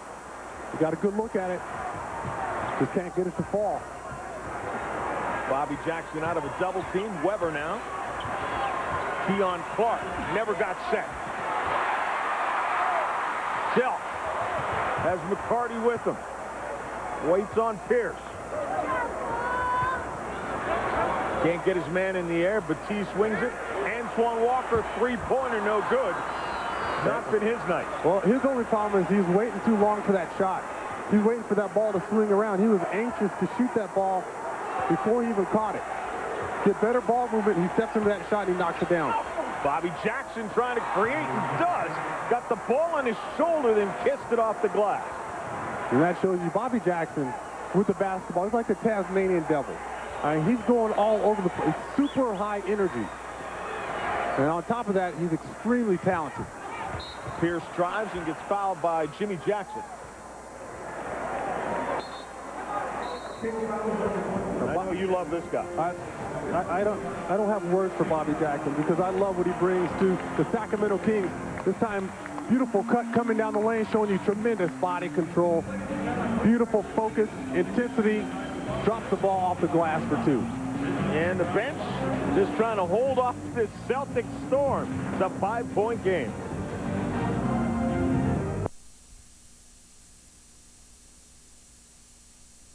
Presentation of NBA Friday, brought to you by new Suave for Men. Great performance, great price, just for guys. And Honda, a versatile family of cars, minivans, and SUVs. Back here in Boston, time now for the Sprite Mad Skills. Oh, you talk about skills, mad skills. You have to talk about the Sacramento Kings passing the basketball. Maybe to Vlade Divac. Precision passing. These guys are like surgeons. Beautiful interior pass. When he has the open look himself, then watch Vlade. That's your 7-footer. Out to a guy 6'9", 6'10", beyond the arc, knocking down the 3-ball, and that's your Sprite. Mad skills. And Bibby on the bench right now. Bibby, field goals and assists. They were not even close as we entered this second half. So the Celtics sharing the ball better, and Pierce almost boots it out of bounds. Jimmy Jackson tries to get up on him, and Pierce gets fouled. I mean, you're right. If he wants to get to the bucket, Paul Pierce, he's going to get there. He might not score. He might get fouled. Exactly. There'll be seven guys around him. That's not fair. Is that legal? Can you do that? No. But he just doesn't care. He's going to get himself to the basket somehow. And Pierce, much like Allen Iverson, is a fourth-quarter kind of guy. Matter of fact, second to Iverson in the number of points that are scored in the fourth quarter. That says a lot about what kind of competitor you are. Turkoglu puts it on the floor. Keon Clark turns to face Antoine Walker. Spins him. Walker stays right there. Shot no good. Weber's up for the rebound. Keeps it alive and knocks it to Jackson. Weber open look. Pass to Jimmy Jackson.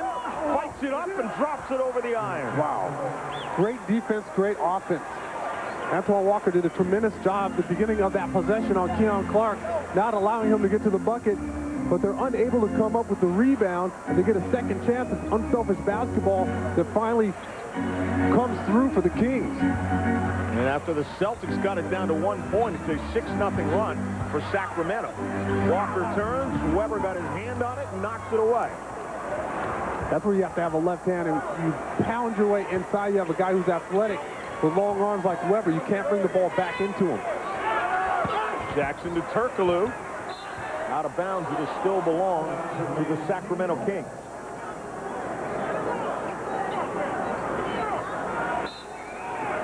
They've got 11 on the shot clock. B.Jackson draws a double team. Looks for the open man. Turkoglu comes off the screen. 3-pointer. Too deep. And it's Celtics basketball. Again, John, that's a guy 6'9", close to 6'10", who comes off screens, catches the ball, and shoots it right away from beyond the arc. I can't get across how difficult a shot that is. Oh, it's changing the game. Without question. It really is. Two goals this quarter. The Kings have come back hard after holding off that charge, but Antoine Walker, good, and it's a 3. And see, I like those type of shots. You move bodies, you move the ball, you flow to an open spot, you get your feet set, you knock the shot down. And for Walker, his first points of this half.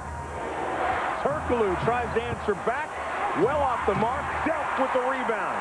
Walker's got Pierce with him. Pierce takes it up and gets hammered. And it's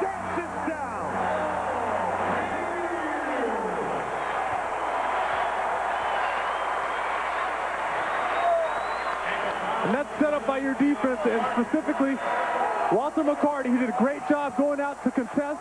Turkoglu did not know what he wanted to do with that basketball. Put up an errant shot, and you see Anton Walker in the open floor showing you that unselfish play. He could have taken that ball to the bucket. Instead, he drops it off to Paul Pierce, who uses his body to keep that ball away from Keon Clark, and he loves that contact. So lots of times you get up in the air, and you like to have that bump because it helps you balance. Can't convert the three-point play. 2-point game. 6 minutes to go.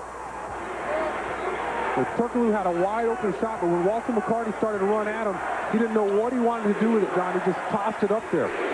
Weber turns and fires and buries it. Big shot.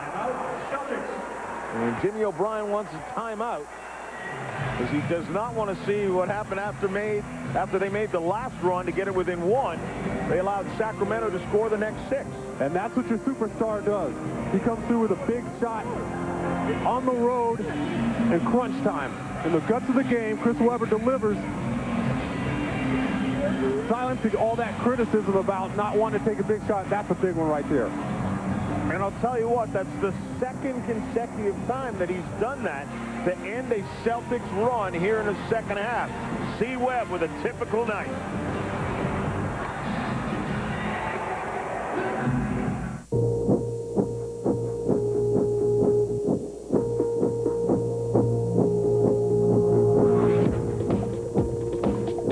Impeccable road manners. Well-dressed interior. Looks best in red. Introducing the all-new Mazda 6. NBA. Fridays on ESPN. Finals tickets, RSVP. My bags are packed. Finals tickets. Let's get the party started. Get in the AT&T Ultimate Fan Zone sweepstakes. Log on now to NBA.com/ATT Fan Zone to enter for a chance to win a trip for 2 to an NBA Finals game. Trip to the finals. Sweet. I'm all about bright lights, homie. NBA Finals. Sign me up. Watch the NBA on ESPN Friday nights to see if you've won. Daddy's coming to La La Land.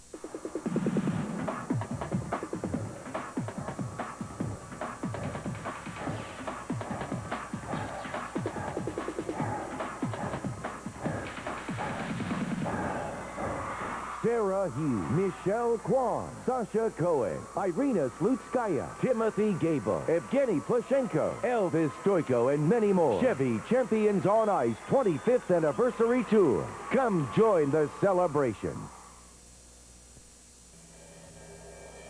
Comcast. Movies. Stars #1 in new hit movies.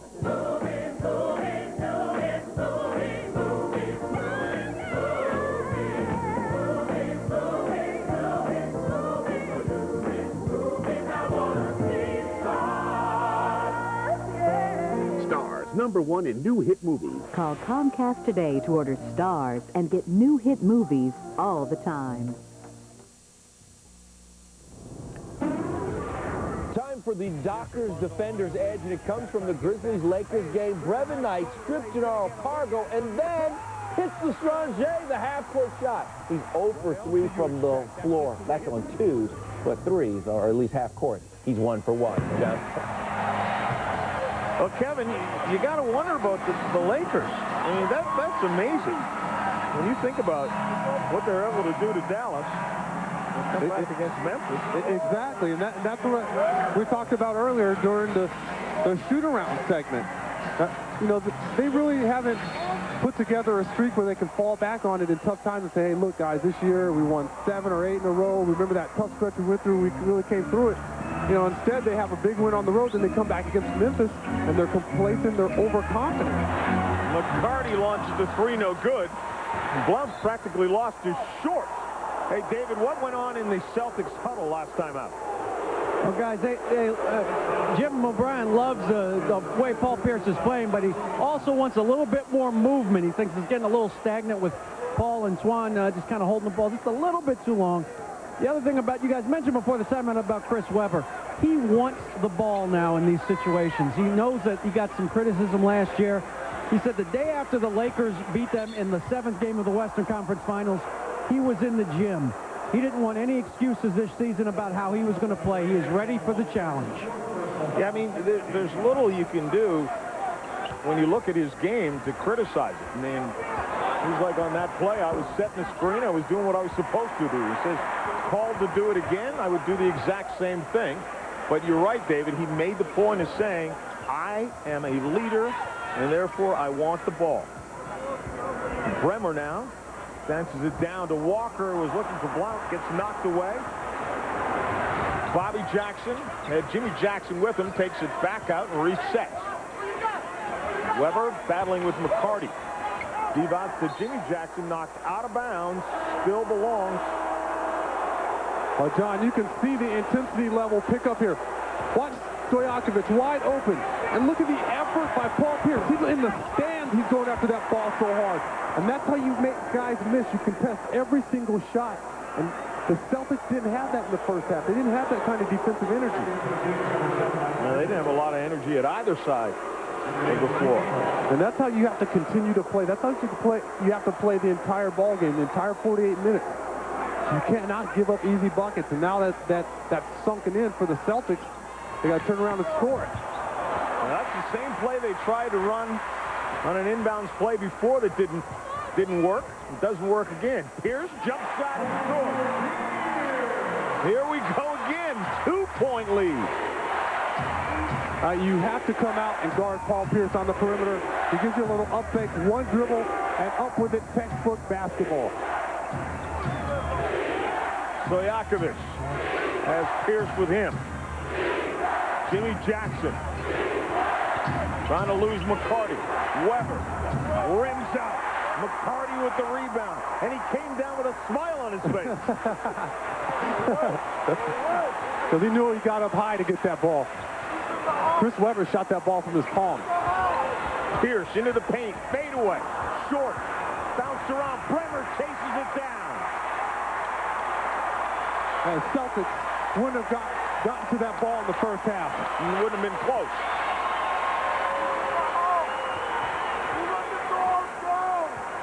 Bremer. Pierce tries to come to the ball. Jim Jackson doing a nice job. Shot clock at 6 as Bremer releases.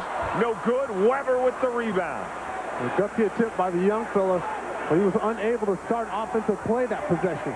Looks like he wanted to pick a roll. Couldn't get anybody up high enough to set a proper screen for him. Bibby in a double team. Steps through. Jim Jackson. No good. Tapped around by Divac and in. That's because you have so many people cutting to the basket. Your defenders are not in position to get that rebound. And Vlade Divac has a free shot down the lane. Jim Jackson doing a nice job of denial on Pierce. He has it now. Shot clock at 8. Walker. Closer look. Out to Bremer. Corner to McCarty. 2 on the shot clock. Blount releases. Beats the 24-second clock, but barely by grazing the iron. And you know what, John? That time the Celtics were guilty of overpassing. They had 2 shots in that possession they could have taken. Celtics have gotten it down to 1 after trailing by as many as 19. Yeah, but the Kings keep the ball alive on the glass because they're moving bodies. Jim Jackson with the miss, but Vlade Divac right down the lane for an easy tip.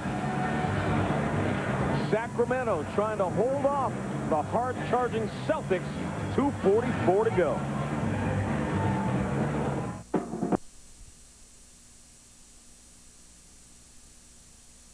Test against Geno's reigning champ. The Final Four. Coverage begins at 6:30 Sunday on ESPN. Lakers and Grizz. Now remember, at the start of the 4th quarter, Lakers down by 23. We've seen this before. The KOBE with the bucket. Kobe Bryant hits the 3, and then Gennaro Pargo gets a piece of the love. And don't blink now. Lakers have cut it to 3 with a little over 2 minutes to play in the 4th. Mo Cheeks trying to explain what in the world is going on up in Portland as he talks to Mike Tirico and Tom Tolbert. That game is next, but right now, let's go back to John Saunders and Sean Elliott in Boston. Guys? Yeah, Kevin, he's probably saying, Hey, Tolbert, what were you talking about before we started? Here's the Kentucky Fried storyline. The Colonel always likes it coming down to these final seconds of the game. The first half, the bench is 22. Second half, just 6. For Boston, their bench, well, you look at things just the opposite to get things going here. Bibby now trying to enter the ball. Divac sets the screen. Little split. Bibby hits the jumper. How beautiful is that? Flips the pick and roll and stops on a dime, elevates and knocks the jumper down like it was an easy shot. Pierce with it now. Pierce has taken over the second half. Walter McCarty, three-pointer. That's beautiful ball movement. And when Walter's wide open in the corner, he's going to knock a high percentage of those three-pointers down. Stojakovic.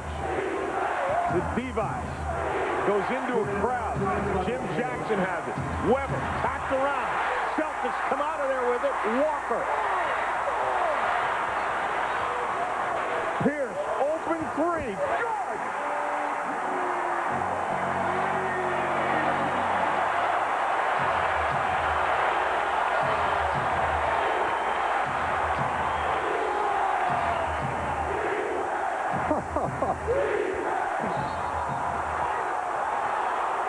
And Weber comes back with the dagger. The Celtics bench.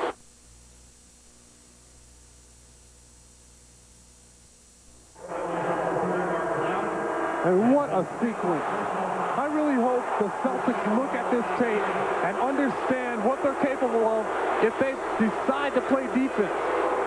Here's C-Webb is trying to take the ball to the bucket, and now everybody converging. Antoine cannot afford to gamble this late in the game.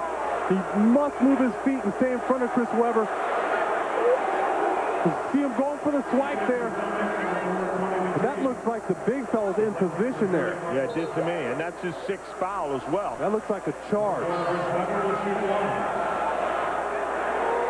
Walter McCarty hits a little smile over here. Supposed to say, you guys know that was a charge. You're not supposed to get those calls on the road. This is where Chris Webber has struggled this year, shooting free throws. And again, but Jim Jackson sneaks in and tips it back in. That's unforgivable if you're the Celtics. Yeah, it was a bad bounce, though, in fairness to Antoine Walker. He was underneath for the rebound, and the ball just came out quickly. Pierce gets fouled as he tries to go to the hole. You watch here. There's Jim Jackson working against Antoine Walker, but the ball comes out. Watch how it rattles around, pops out on Antoine. He's caught holding Jim Jackson. Jim Jackson elevates. That's where Twan needs to use that body to push Jim Jackson out of the lane. Pierce gets the first.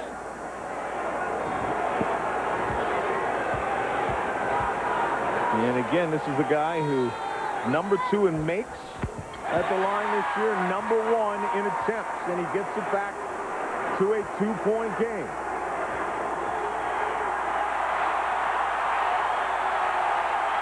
And if you're a Kings fan, you know where the ball's going.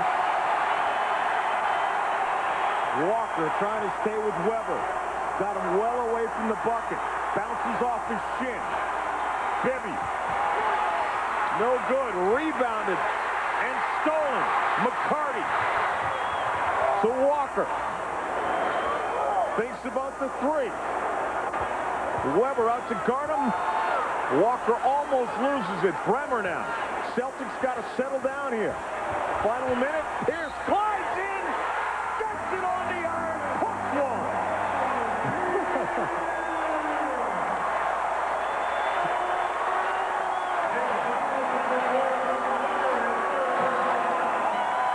And what effort and heart that the Celtics are showing right now. And what I love about that possession is not just his penetration of big Paul Pierce, but I love the way Antoine Walker came over, got the ball from Walter McCarty, took their time, and they got a good shot. They didn't panic, John. They did exactly what they needed to do, get the ball to the big money man. Paul Pierce, 38 points, and the Celtics are up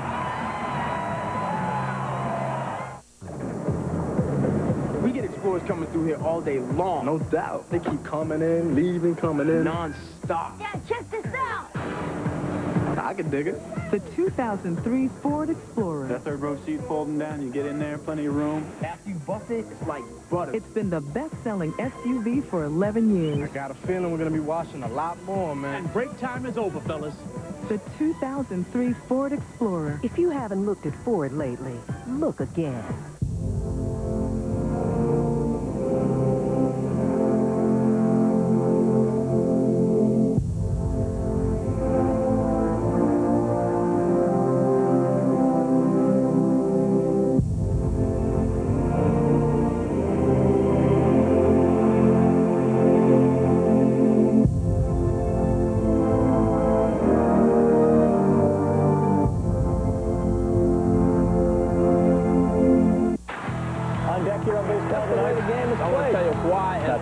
Team that plays, but the team that plays the best. The players. It goes. The experts. His track record's pretty flawless. The game. The definitive source for everything baseball. Catch all the scores and highlights from around the league. Baseball Tonight. All season long on ESPN and ESPN2. So if I ran an online trading company, here's the way it would work. You'd make your trade, you pay the fee, a standard fee. No order handling fees or share limitations. I guess I'd run it like Ameritrade. At Ameritrade, every online equity trade is $10.99, including stop and limit orders. No handling fees, no share limits, no gimmicks. Ameritrade, what's your share? Open an account at Ameritrade.com today and get 25 commission-free internet equity trades. And you could be trading the same day you apply. You know, the East is not set yet. Pacers and Pistons, and the Pacers coming, Greg Anthony. I tell you what, they're starting to get their rhythm. They're playing well again. They're showing confidence. Big win on the road if they pull it out. Ron Artest knocks it down 38 seconds to go. They have a comfortable cushion. Donald Foyle, not just a basketball player, one of the true gentlemen of the world. His foundation, Democracy Matters. Interesting guy. John? Well, Kevin, we got some work left to do here. You see the situation, 1-point lead. You see the timeouts, and now Sacramento plays from behind for the first time since it was 4-2. And who do they go to? Chris Webber. You have to love the antics after the shot goes down. Steve Webb coming up. Huge. Here he is. He's the man, and he knows it. He's not going to give this ball up right now at this point in the game. He's going to put this team on his shoulders. And that's excellent defense, by the way, on Antoine Walker's part. Just better offense by Chris Webber. Now that's an 8-9-foot jump hook. I don't want the ball. Yeah, right. Guess again, folks. 1 point. Where can you go to relax with friends and enjoy authentic Italian food? Giuseppe's, of course.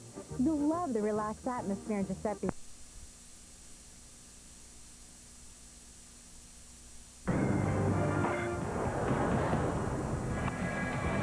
John Saunders, Sean Elliott, and David Aldridge. As we look at the Celtics bench, they've led for 7 seconds after grabbing that lead, their first since the game's first minute when it was a 4-2 contest.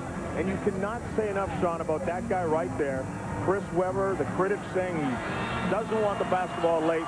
3 times he stemmed the tide. Yeah, exactly. 3 times he's made huge shots, rally busters, if you will. And he's shown no signs at all of shying away from the basketball in crunch time.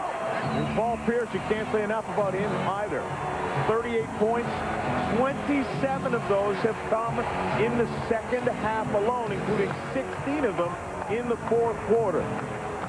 He just made up his mind that he wanted to take the ball to the basket, and there was no one stopping him, and no one in this arena has the ability right now to step up and stop Paul Pierce. Bremer has it. Bibby plays off him. Pierce with Jimmy Jackson. Backs him up.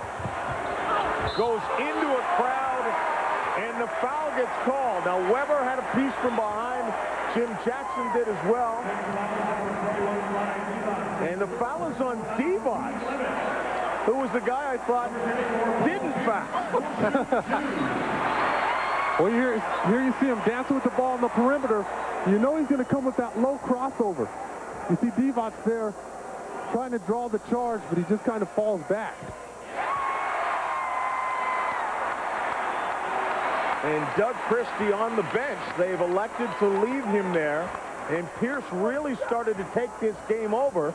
But one of the best defenders in the game, Doug Christie, went to the bench. Yeah, Doug Christie can't be happy about that, because he feels that he could be out there doing a tremendous job like he did in the first half on Paul Pierce. Weber again. Walker out on him. Swings the ball. Free throw line. Bounced around. Walker comes down hard and commits the foul. Yeah, this guy is like the bully at the playground. It's his ball. No one's taking it. If I'm going to take the last shot, it's up to me, not anybody else.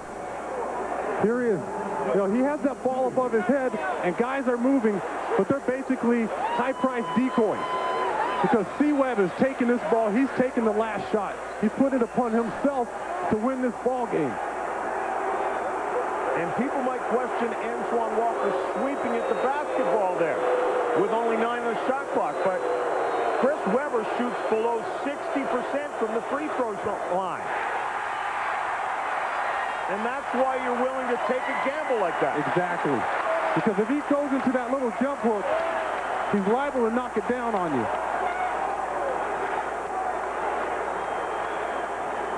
Portland and Golden State coming up. Mike Tirico, Tom Tolbert, and Michelle Tafoya. And we are done here.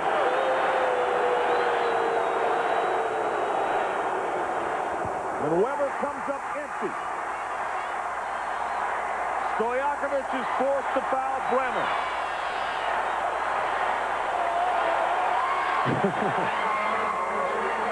I mean, Weber has done just about everything to take this game over, but his free throw shooting again comes back to haunt him.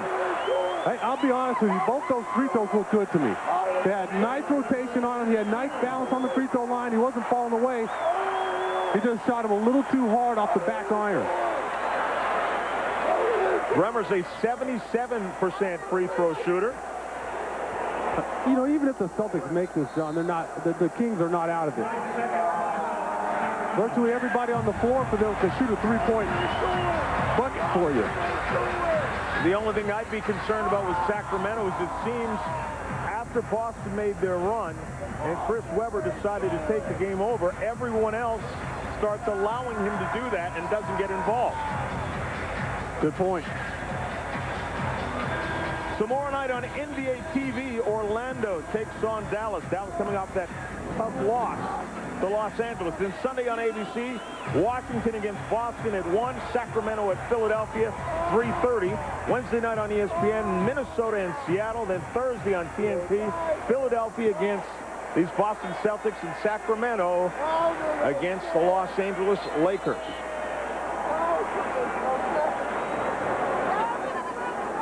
And so Bremer steps to the line, already nursing a 1-point lead.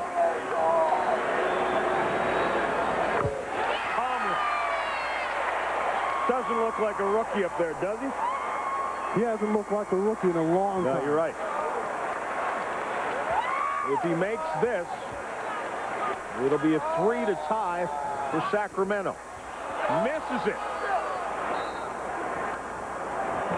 And a timeout called by Rick Adelman as he's going to diagram a play, which I'm sure will be for the best available shot. We'll talk about that when we return.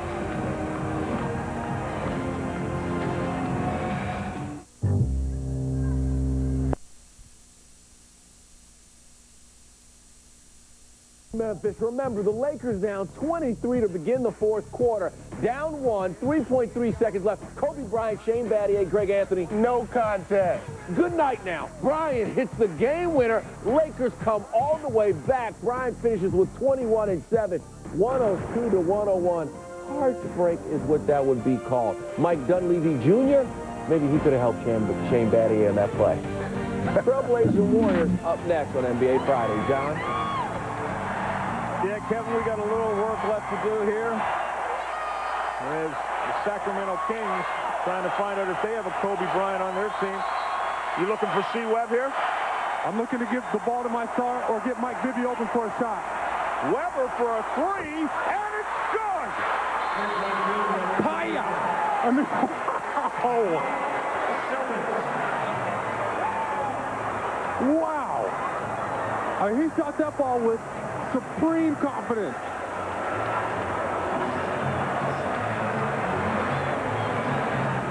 I mean, that's not the shot I expected they were going to look for.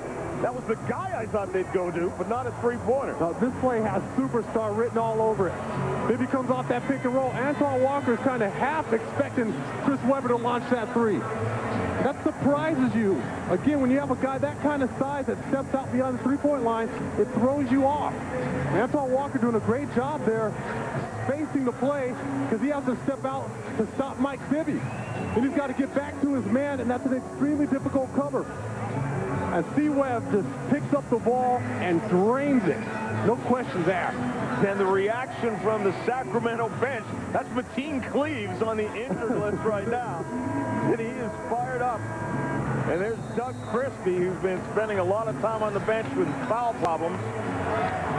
And Weber puts Sacramento back on top. I tell you what, John, nobody better start talking to me about Chris Webber not wanting to shoot the ball in the clutch, because this place is loud. The Celtics fans right now they've been excited. They're frothing at the mouth in this fourth quarter, and C-Webb just continues to silence them. That was just his 5th three-pointer of the year, 5 of 18 for Weber, yet they show the confidence that go to him in that situation. Pierce now drives on Jimmy Jackson, backs him up, jump shot for the win is short, and Sacramento walks off with the victory.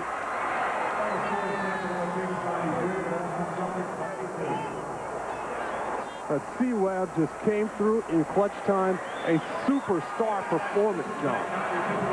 And that's the kind of performance you have to get out of your big man. And that's encouraging if you're a Kings fan, because C-Webb at any point in the game can take his team, put them on his shoulders, and win a ball game for you. Sacramento now 4-1 on the road trip, much in part because of the guy who was with David Aldridge. Chris, last second play, was that the play, or did you just say, I'm shooting? Well, I told Mike, you know, for me to miss 2 free throws like that, I said, I'm going to set the pick, and I'm going to pop behind 3 if you don't have it. I did tell Mike I was going to shoot the three-pointer, and I felt like I was going to make it. God is good. Especially after the 2 missed free throws? Oh, especially they both went in and out, and I told Doug before the game that I want the ball late at the free throw line to get ready for the playoffs, and so I felt like I let my team down, but I was given a second chance, and I made the best of it. As you said before the game, your team has a tendency to not put teams away in the second half and the fourth quarter. Can you get that straightened out in time for the playoffs? Oh, yeah, definitely. I think Detroit is the one exception when they came back and beat us. But last night against the Wizards, or tonight, you know, playing this team, they've come back in the playoffs in 24 down in the quarter. So tonight was more about how well they played. We played great defense in the fourth quarter. And, Twan, I love battling against them. We were talking about how fun it is to battle. So I love the East Coast. It's good to be back. Chris, thanks very much. Congratulations to you. Let's go back to the studio. All right, David, thanks a lot. Weber, 27 points and 11 rebounds. Paul Pierce hit 40 in a losing cause. He hits just his 5th three-pointer for C. Webb of the year for the victory. 93-92 is the final. Up next, the Blazers and the Warriors. For Sean Elliott, David Aldridge, and I'm John Saunders. Goodbye from Boston.